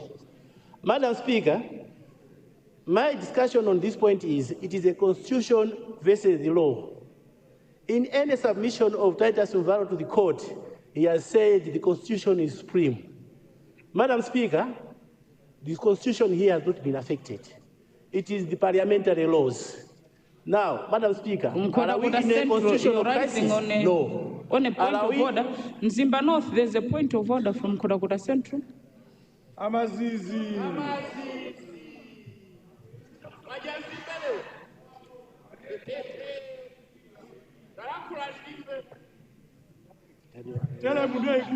Madam Speaker, my point of order is based on how Mzimba West is addressing the Minister of Justice. Mzimba North is addressing the Minister of Justice. He's saying Titus Imvalo, Titus Imvalo. Do we have Titus Imvalo here? SC. Thank you, Honorable Member for Nkodakota Central. Honorable Minister of Justice. Honorable Member Mzimba North. Honorable Minister of Justice Titus Uvalo, SC. Madam Speaker, I'm alluding to the fact that SCC is a senior advisor to the government. Madam Speaker, at this point, what I'm saying is, the Constitution, in any submission that he makes to the court, he says the Constitution is supreme to the law. Madam Speaker, the Legal Affairs Committee has made a submission which has been rejected, fine. But the Minister of Justice, who is an SC, must properly advise the government that Malawi has no constitutional crisis in terms of the right to vote. But the laws which are a sub-sector to the Constitution are the ones which are affected. In this regard, Madam Speaker, since the Constitution is supreme, the wording of this which will have come here, constitutional crisis, Madam Speaker, that wording is wrong. The second thing, Madam Speaker, there is a statement of emergency. That also is wrong, because when we're talking about emergency, we're actually provoking laws regarding the emergency. If you talk about laws regarding emergency, we must declare the state of the emergency, the state of the crisis, the magnitude of the crisis, how many people will be affected, and to what level will be affected, and how much government funds, public resources will be committed, and even the period over which that crisis is going to occur. Madam Speaker, none of them have been provided to this House. We don't know how many people will be affected in this crisis. We don't know how much will be affected in this crisis. The Electoral Commission has never submitted that there is that kind of an anomaly. Madam Speaker, the anomaly in the electoral law is not something which is a crisis in the Constitution. Madam Speaker, no wonder people all over in this country and before 1994 have alluded that MCP is a constitutional terrorist under the guise of electoral laws, which is not correct. They rejected democracy in 1992. Now they're coming here to reject the democracy again. Madam Speaker, the Alliance for Democracy will stand firm. The Constitution must be respected. We cannot tear apart the Constitution. No, not at all. Madam Speaker, how much you will do, how much you will rip the Constitution. You have ripped the Constitution of Malawi Congress Party, where the running mate becomes a vice president of the party. You have ripped it again. Don't rip the Constitution of Malawi. It is very bad, and it cannot be taken for granted. And my sister has taken time to defend MCP left and right, making me point of order. What you want to say, Mzimba North? Member for Mzimba North, debate on the issues on the floor, please. Madam Speaker, is a dangerous party.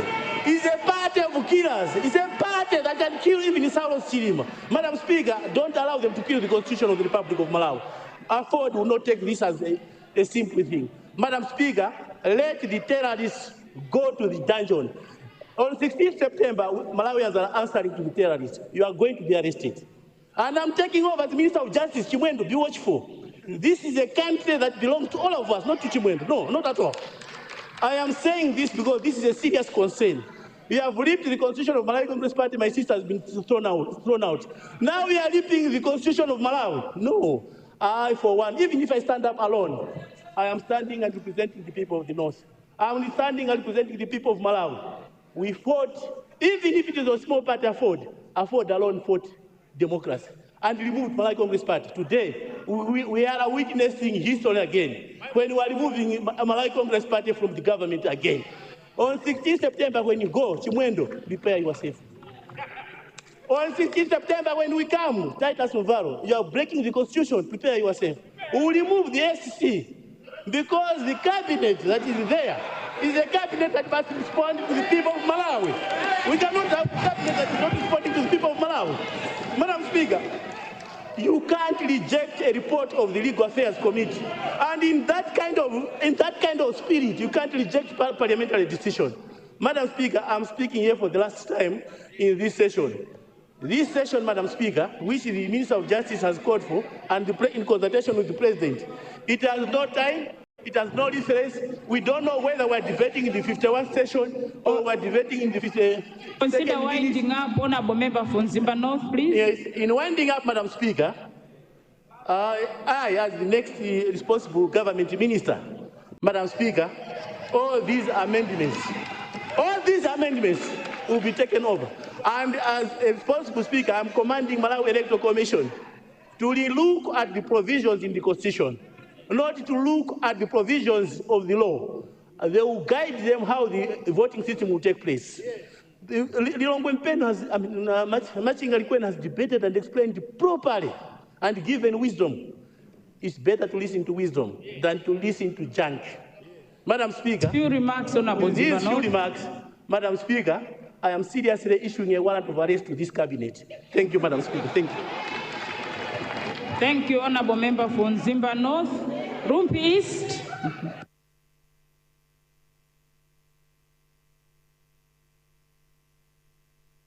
There's a north, or there's a point of order. Rumpi East, before you rise here, there's a point of order from.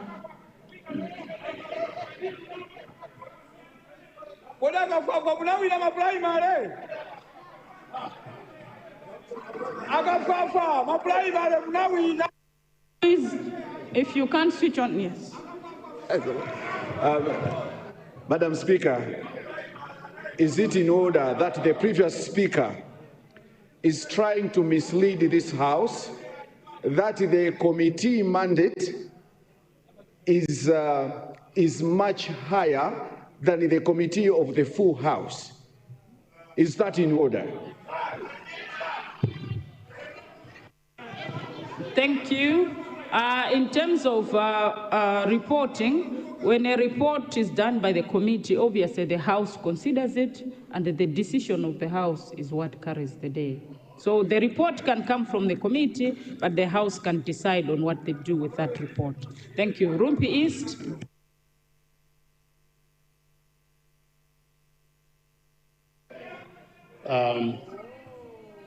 Thank you, Madam Speaker. I would like to thank you for granting. Can we hear the honourable member in silence, please? The people of Rumpi East an opportunity to comment on issues of the Constitution and the amendment thereof.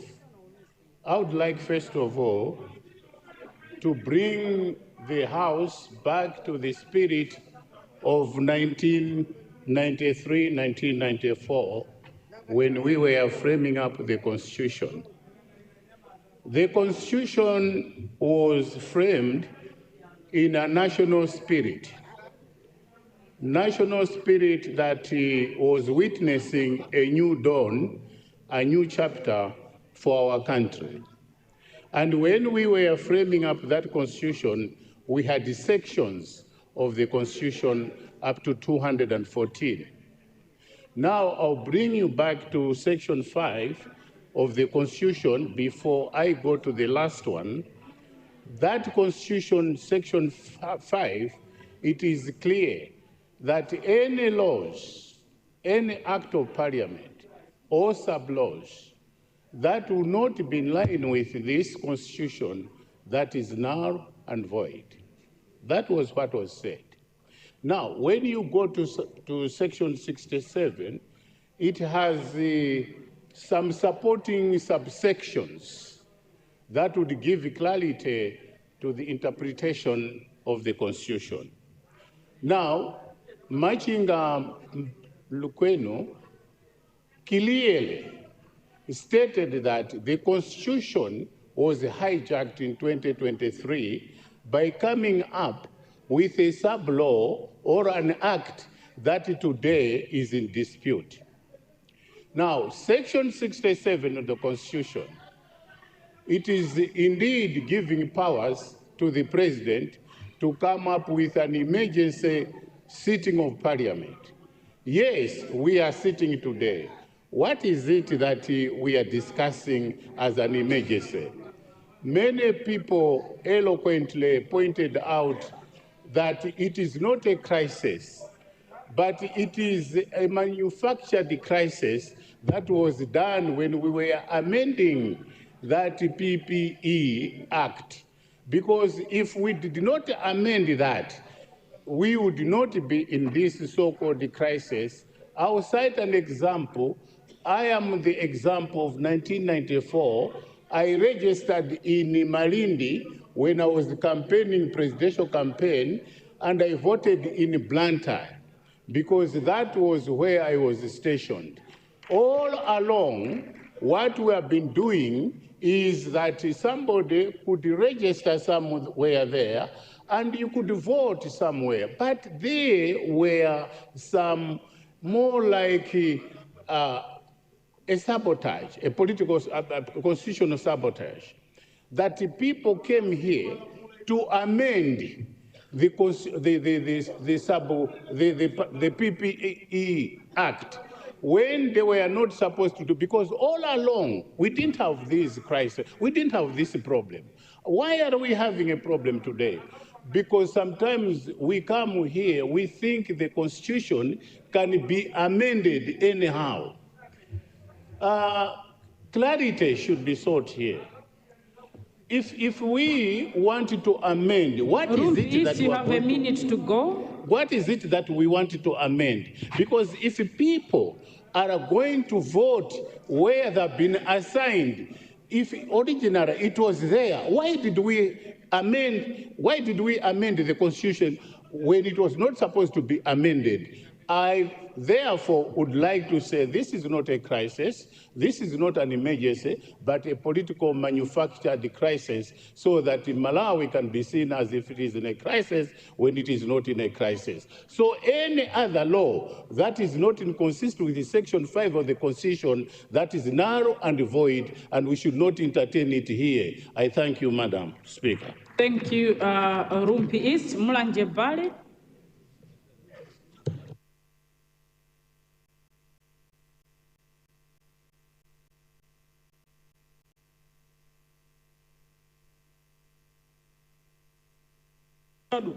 Kufa. Right Honorable Speaker, good afternoon. I would like to thank you for allowing the people of Mulanje Bale once again to come to this house. We are so saddened, Madam Speaker, as the people of Mulanje Bale, because, Madam Speaker, as a constituency to start with, we have several crises that this government has not looked at them, and it created something that is not a crisis for us to come here. We were supposed to come here, Madam Speaker, for lack of food in this country, for lack of fertilizer. Only a month to rainy season, we don't have any bag of fertilizer on the market. I thought there were other better issues to be discussed in this house than what we are discussing now. Right Honorable Speaker, I've called and I've taken consent from the former Member of Parliament for Blantyre West, who lost an election with 1 vote. And Honorable Adavua Kaunda won an election for the first time with 3 votes. Then a rerun, he won with 8 votes. I had to bring those examples, Right Honorable Speaker. If you take 50 officers from Deza and drop them in Ikwendeni area and ask them to vote there, those 50 people can make a Member of Parliament fail their elections, and a councillor can fail their elections. because we have examples of people that lost to come here with a single vote. Right, Honorable Speaker, what was supposed to be done was to go to Section 62 of the current PPE and look the provisions that are there. The only important people that we and the Constitution support are the men in uniform, the army and the police. Those people are already covered. Who are these other important people that we don't know? And where are they coming from? Why should they allow, even Mr. President, why should he allow someone to convince him that we have a crisis when we have no crisis in this country? Because this is a campaign time, right, Honorable Speaker. We are in our constituencies doing campaigns for the coming elections. And the very same people that are competing are allowed to come and tamper with the law. I think then we need to relaunch the campaign again, because we are conflicted people. We are people of interest. We are participating in the elections. We cannot be allowed to come and talk about elections in the very same house. If the shadows out there are listening, what is happening here is a complete raping of the Constitution. Right, Honorable Speaker, I know people out there are questioning this. I'll give you an example. Yesterday, listening from a Facebook page of National Assembly, when the Solicitor General was responding to a question from Honorable Mangochi East, the Solicitor General and the Justice Annabel Ntalimanja actually said, and I quote, "The law, the Constitution will still not change. People will vote in advance for the future elections. But for this only election, we need to change to accommodate other cadres that are important." What are we amending? If the Constitution cannot be changed and we want to amend the PPE, which is strong, Madam Speaker, I thought even the legal brains that ceased to call us, first and foremost, you were supposed to have a business committee, Madam Speaker. Madam Speaker, we will be in books as the only grouping of parliamentarians that rocked our Constitution left or right. Some of us, Madam Speaker, who don't want, we've stayed here longer than anyone ever before, and we are so tired to have stayed here too long, unnecessarily too long, because this government was supposed to be removed last year, but they are here on injury. They are here on injury time, and they want to continue abusing the Constitution so they can stay here longer. Madam Speaker, every sensible Malawian is very tired of this government. A lady at the Bingu International Stadium, at the Bingu Stadium, was asked, "Who are you going to vote for?" I said, "Oh, I do sorry for Jagwela. Are you happy with how he has performed?" Honorable member, you have I'm quoting to go. Thank you very much. A lady actually told a reporter on Times to say, "Hey, Fusolimendero, Mwanfusa Majangu, Mwanzizi Musa." Right, Honorable Speaker, if you go out there, carry people to a stadium, and you convince someone that you are for the president, and you say, "Mwanzizi Musa," it's a signal, Madam Speaker. People are very tired. I would like to tell this government, the sinister moves that they are doing, God is always in heaven. He has never lived on earth. God has never lived here. Us sinners will live here. And he pretend what we are doing is right. Time is coming. Malawians are listening. Let me talk to you, Malawians. This government, with these few remarks, Honorable Speaker, Malawians out there, this government will be removed on the 16th. After 16th, it will be history. And this history will be read and written. And some of you will be running around looking for solace from some of us. These few remarks, Honorable, you've exhausted your time, These few remarks, Right Honorable Speaker, I would like to say this bill should wait for the next parliament. Those that are privileged to come here for the next parliament should amend this, not us. Our time is over, Madam Speaker. We should not eat money on the back door.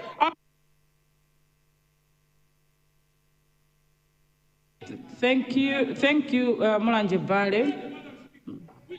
Mulanje Bali, you've exhausted your time, Mulanje Bali. Leader of the House, you're rising. Rising. Honorable Speaker, it's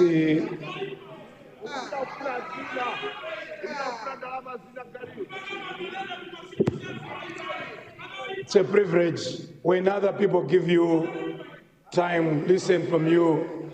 It will be an honor for you to listen to others as well. Honorable Speaker, I'm rising not to respond to any political insinuation, because solely I understand Section 67, subsection 4 of the Constitution, that I have come here for one particular purpose. So I will not be able to respond to any political insinuation, neither any political friendly fire, whatever you call names being mentioned to us. But I would like us to focus on what I've come here to do. Having listened to colleagues, senior colleagues all over, I would like to beg that debate on the bill be curtailed in order to allow the Honourable Minister to wind up.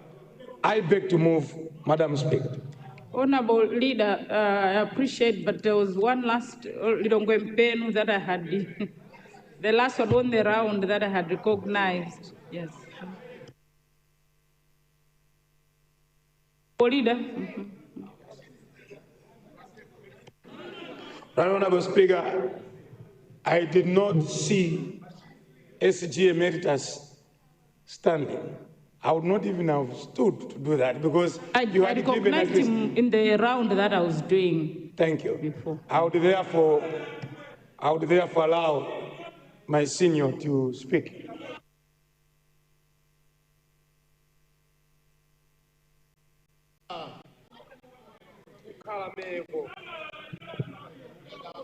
Madam Speaker, let me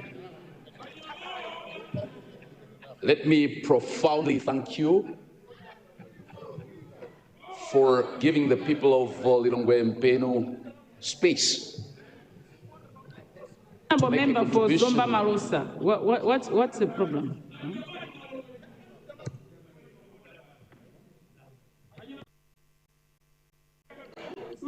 Madam Speaker, thank you for recognizing for people from Zomba Malusa. My point of order is it in order that we have been recorded here that we should debate on this bill for the leader of the House to curtail this important debate instead of giving all of us, because you had recognized the first round. I felt like after I had even put my name up that I wanted to contribute, then the speaker, the leader of the House is curtailing. We are going to the same problem that has brought us here. Because before, that was the trend. We used to curtail instead of debating the bill to the maximum. You were just curtailing, leaving others outside. So I thought this is our time to correct what has been happening. Let Parliament give each and every member space. Whosoever wants to speak, let the person speak now than curtailing. Because thank you, Honourable Member outside. for Zomba Malusa. In terms of the decision of whether the debate should be curtailed, it will be up to the House to decide. But I had recognized Honourable Nkaga, I think on the first round, it was clear that I had recognized that was the first round. And in terms of the leader rising and saying we should curtail the debate, that's going to be up to the House to decide whether we are curtailing or not. Thank you. Honourable Member for Reconvened.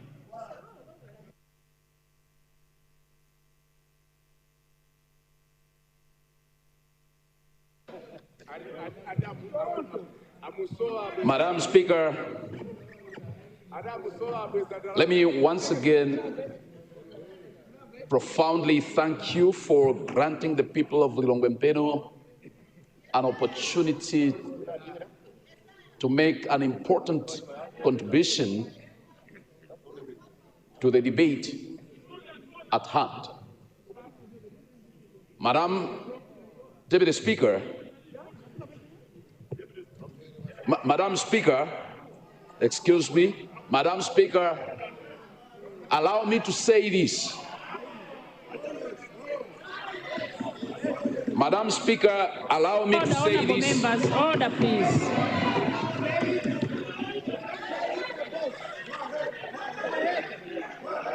Members on my right, order, please. Order, honorable members, order, please. Madam Speaker, allow me to say this.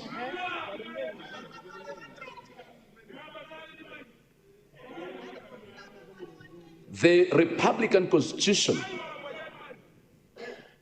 is the supreme law of the land. And any act under it or regulations under the act should be subject to this Republican Constitution. Madam Speaker, the Republican Constitution provides for universal suffrage, also called universal franchise. And by universal suffrage, the Constitution talks about the right of every citizen in the country to vote. Now, Madam Speaker, by this provision of the Republican Constitution, we, as members of Parliament, have a sacred duty to defend, even if it means the right of an individual that has been trampled upon. It is for this reason, Madam Speaker, that I do agree with the opinion of the President that some rights are indeed under threat. Because when you look at what has been presented here, we are looking at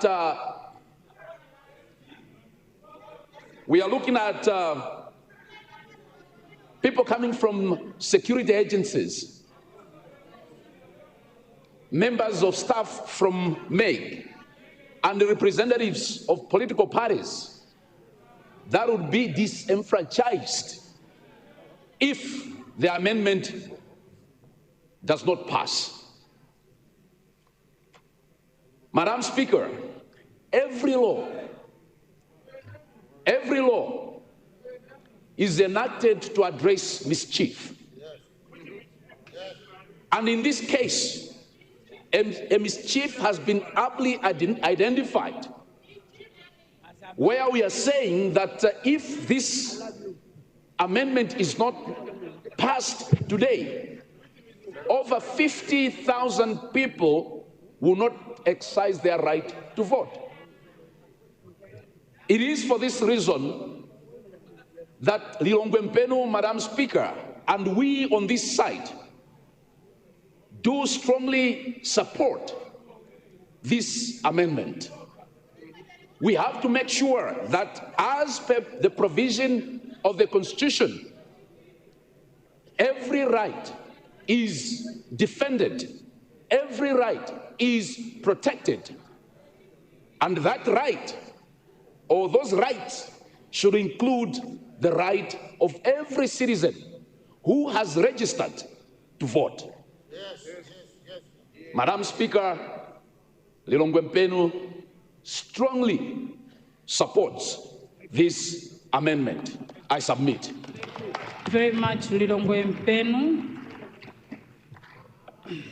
Mangochi Southwest, and then the leader. Madam, I already moved the motion. Mangochi Southwest, is it? What's going on vote? Yeah, thank you very much, Madam Speaker. The Speaker, who has just resumed his seat, mentioned in his speech about 50,000 people that will be disenfranchised, according to him. Now, my point of order, is it in order that this law is targeting individuals that we believe, and it is being believed that they are the same thugs. The 50,000 people, within the 50,000 people, they are the same thugs that have been terrorizing this country, beating the likes of Namiwa. They want to be recruited under MEC. But is it also, and it is within the same 50,000, we understand that the police officers that are going to be recruited, they are not going to be recruited from the police stations within our constituencies. They will be coming from the area 30. And by virtue of that, these officers are being selected. There is a group, a WhatsApp group, by Malawi Congress Party. They are saying, if you are not Malawi Congress Party, you are not going to be in this group, you are not going to be recruited. Is it in order that we have this allegation and amidst the passing of this amendment? Is it in order? Member for Mangochi Southwest, you know that according to our own rules, you're supposed to bring evidence. So all you're saying is allegations and allegations. You're supposed to bring the evidence to support what you're saying. So we don't have any evidence, therefore it is out of order. Honorable Leader, it is 12:30. We will have to suspend proceedings and shall resume sitting. Honorable Speaker, that's the whole reason I was standing. It is to 12:30 beg already. that we extend time in order for us, but I stood. We cannot extend. It's 12:30.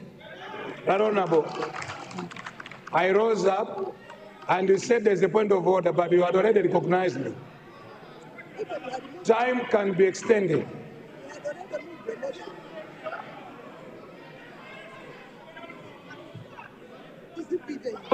We have to suspend, Honorable Leader. All right, you will suspend, but at least give me, you will suspend, but give me time to speak to you. You, as long as it's not an extension. No, I am in a very good mood. I will not fight. I will not raise anything controversial because some of you have visited your constituencies and you know what I've done in your constituencies, and therefore I'm not in a spirit of provoking any one of you.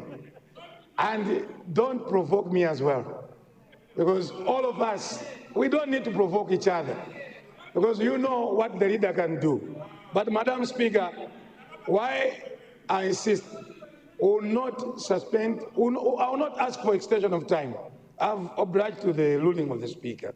But there are some insinuations that are being made in the House, trying to say that police officers are thugs, that people that are going to be deployed are thugs. Those are insinuations. And while you are making those insinuations, you should be mindful that we're talking about our teachers, we're talking about people working actually at your district commissioner officers and police officers. Honorable Speaker, some of these insinuations about teachers, about public officers, my dear brother, Mangochi Southwest, Mangochi Southwest. I'm addressing Mangochi the Southwest, Speaker. I've not given you the floor, Mangochi Southwest. Honorable Speaker. No, but why are you, if you want to rise procedurally. Please. Honorable Speaker, it's a plea. It's a humble plea, a very good plea to not to insinuate that the people we are talking about are thugs. And even when the Electoral Commission came yesterday to meet the Legal Affairs Committee, they mentioned, I watched, because Parliament is now online. I even watched what SCC spoke. I watched about everything. So when the Malawi Electoral Commission came yesterday, they mentioned about the numbers. It's about people who are going to work for these elections. Let's not insinuate. I have spoken to the Speaker, and therefore I wish you a wonderful lunch. We're going to be here, whether it's going to be 12 o'clock midnight, but we're going to work. Thank you so much, Honorable Speaker. Very much, honorable members. I now suspend proceedings. We shall resume sitting at 2 p.m. House suspended.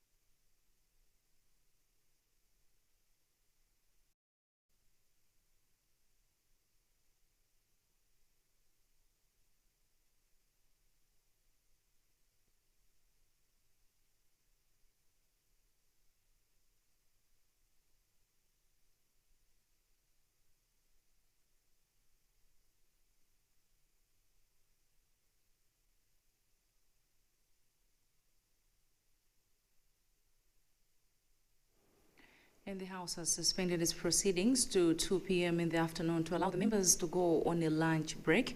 To those of us following us on radio as well, 98.0 FM in Lilongwe and surrounding areas, those following us on our Facebook page, that's Parliament of Malawi, as well as our YouTube channel, Parliament of Malawi, thank you so much for sticking around.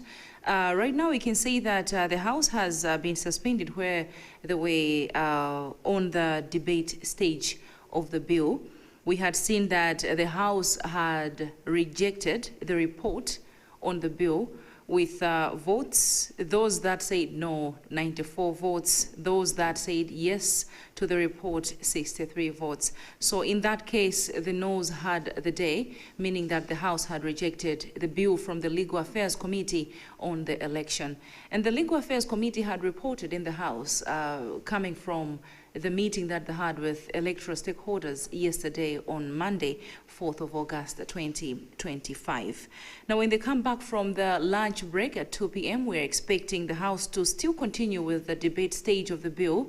That will take us to the committee stage of the bill, and hopefully we should see a third reading of the bill taking us to where we're anticipating that the House might, maybe, adopt the bill. But anything can happen in the House, as we've been following and we've seen the going-ons in the House. Two divisions so far from the time that the House started meeting today in the morning, that's at 9:30, to now as they've gone on a health break. Two divisions, two sessions of voting to just decide on how the House is going to proceed.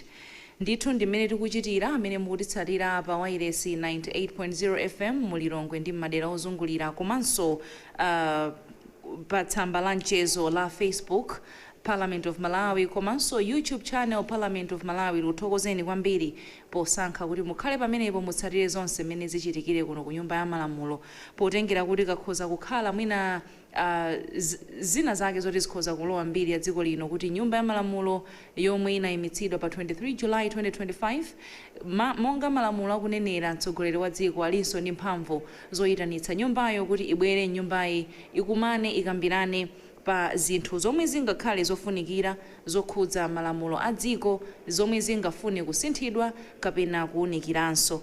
Ndi aphungu ndithu kuchokera kum'mawako akhala okambirana bill number 23 of 2025 imene yokhudza chisankho pofuna kusintha zina ndi zina zokhudza bill imeneyi.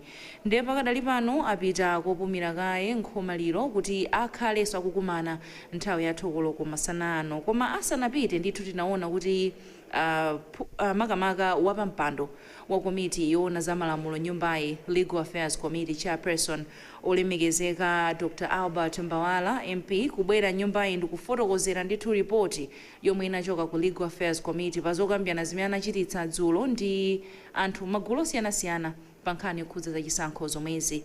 Ndi anadzapereka ripoti nyumbayi, ripoti ndi yokhudza biluso yomweyi imene akuyikambirana tsiku la lero. Koma kuchoka kummawa kufika pano taona ndithu kuti nyumbayi sinagwirizane pa ziganizo zingapo, pamene tinaona kuti analowa ndithu timati division, kugawikana kumeneko. Taona ndithu kugawikana kawiri komanso kuponya voti pa kuti chiganizo chichitike kawiri, pamene tinaona ndithu kuti nyumbayi yakana ripoti yochoka ku Legal Affairs Committee.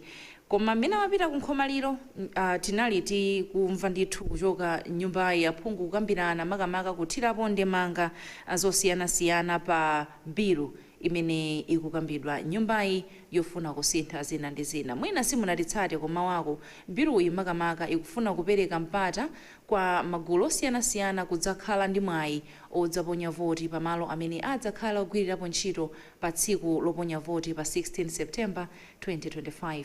Ine ndi Linda Masinga ndingopempha kuti tikhale limodzinso mchigawo cha masana pamene tikhale tikupitiriza kuti kodi tsikuli liyende motani, aphungu akambirana zotani.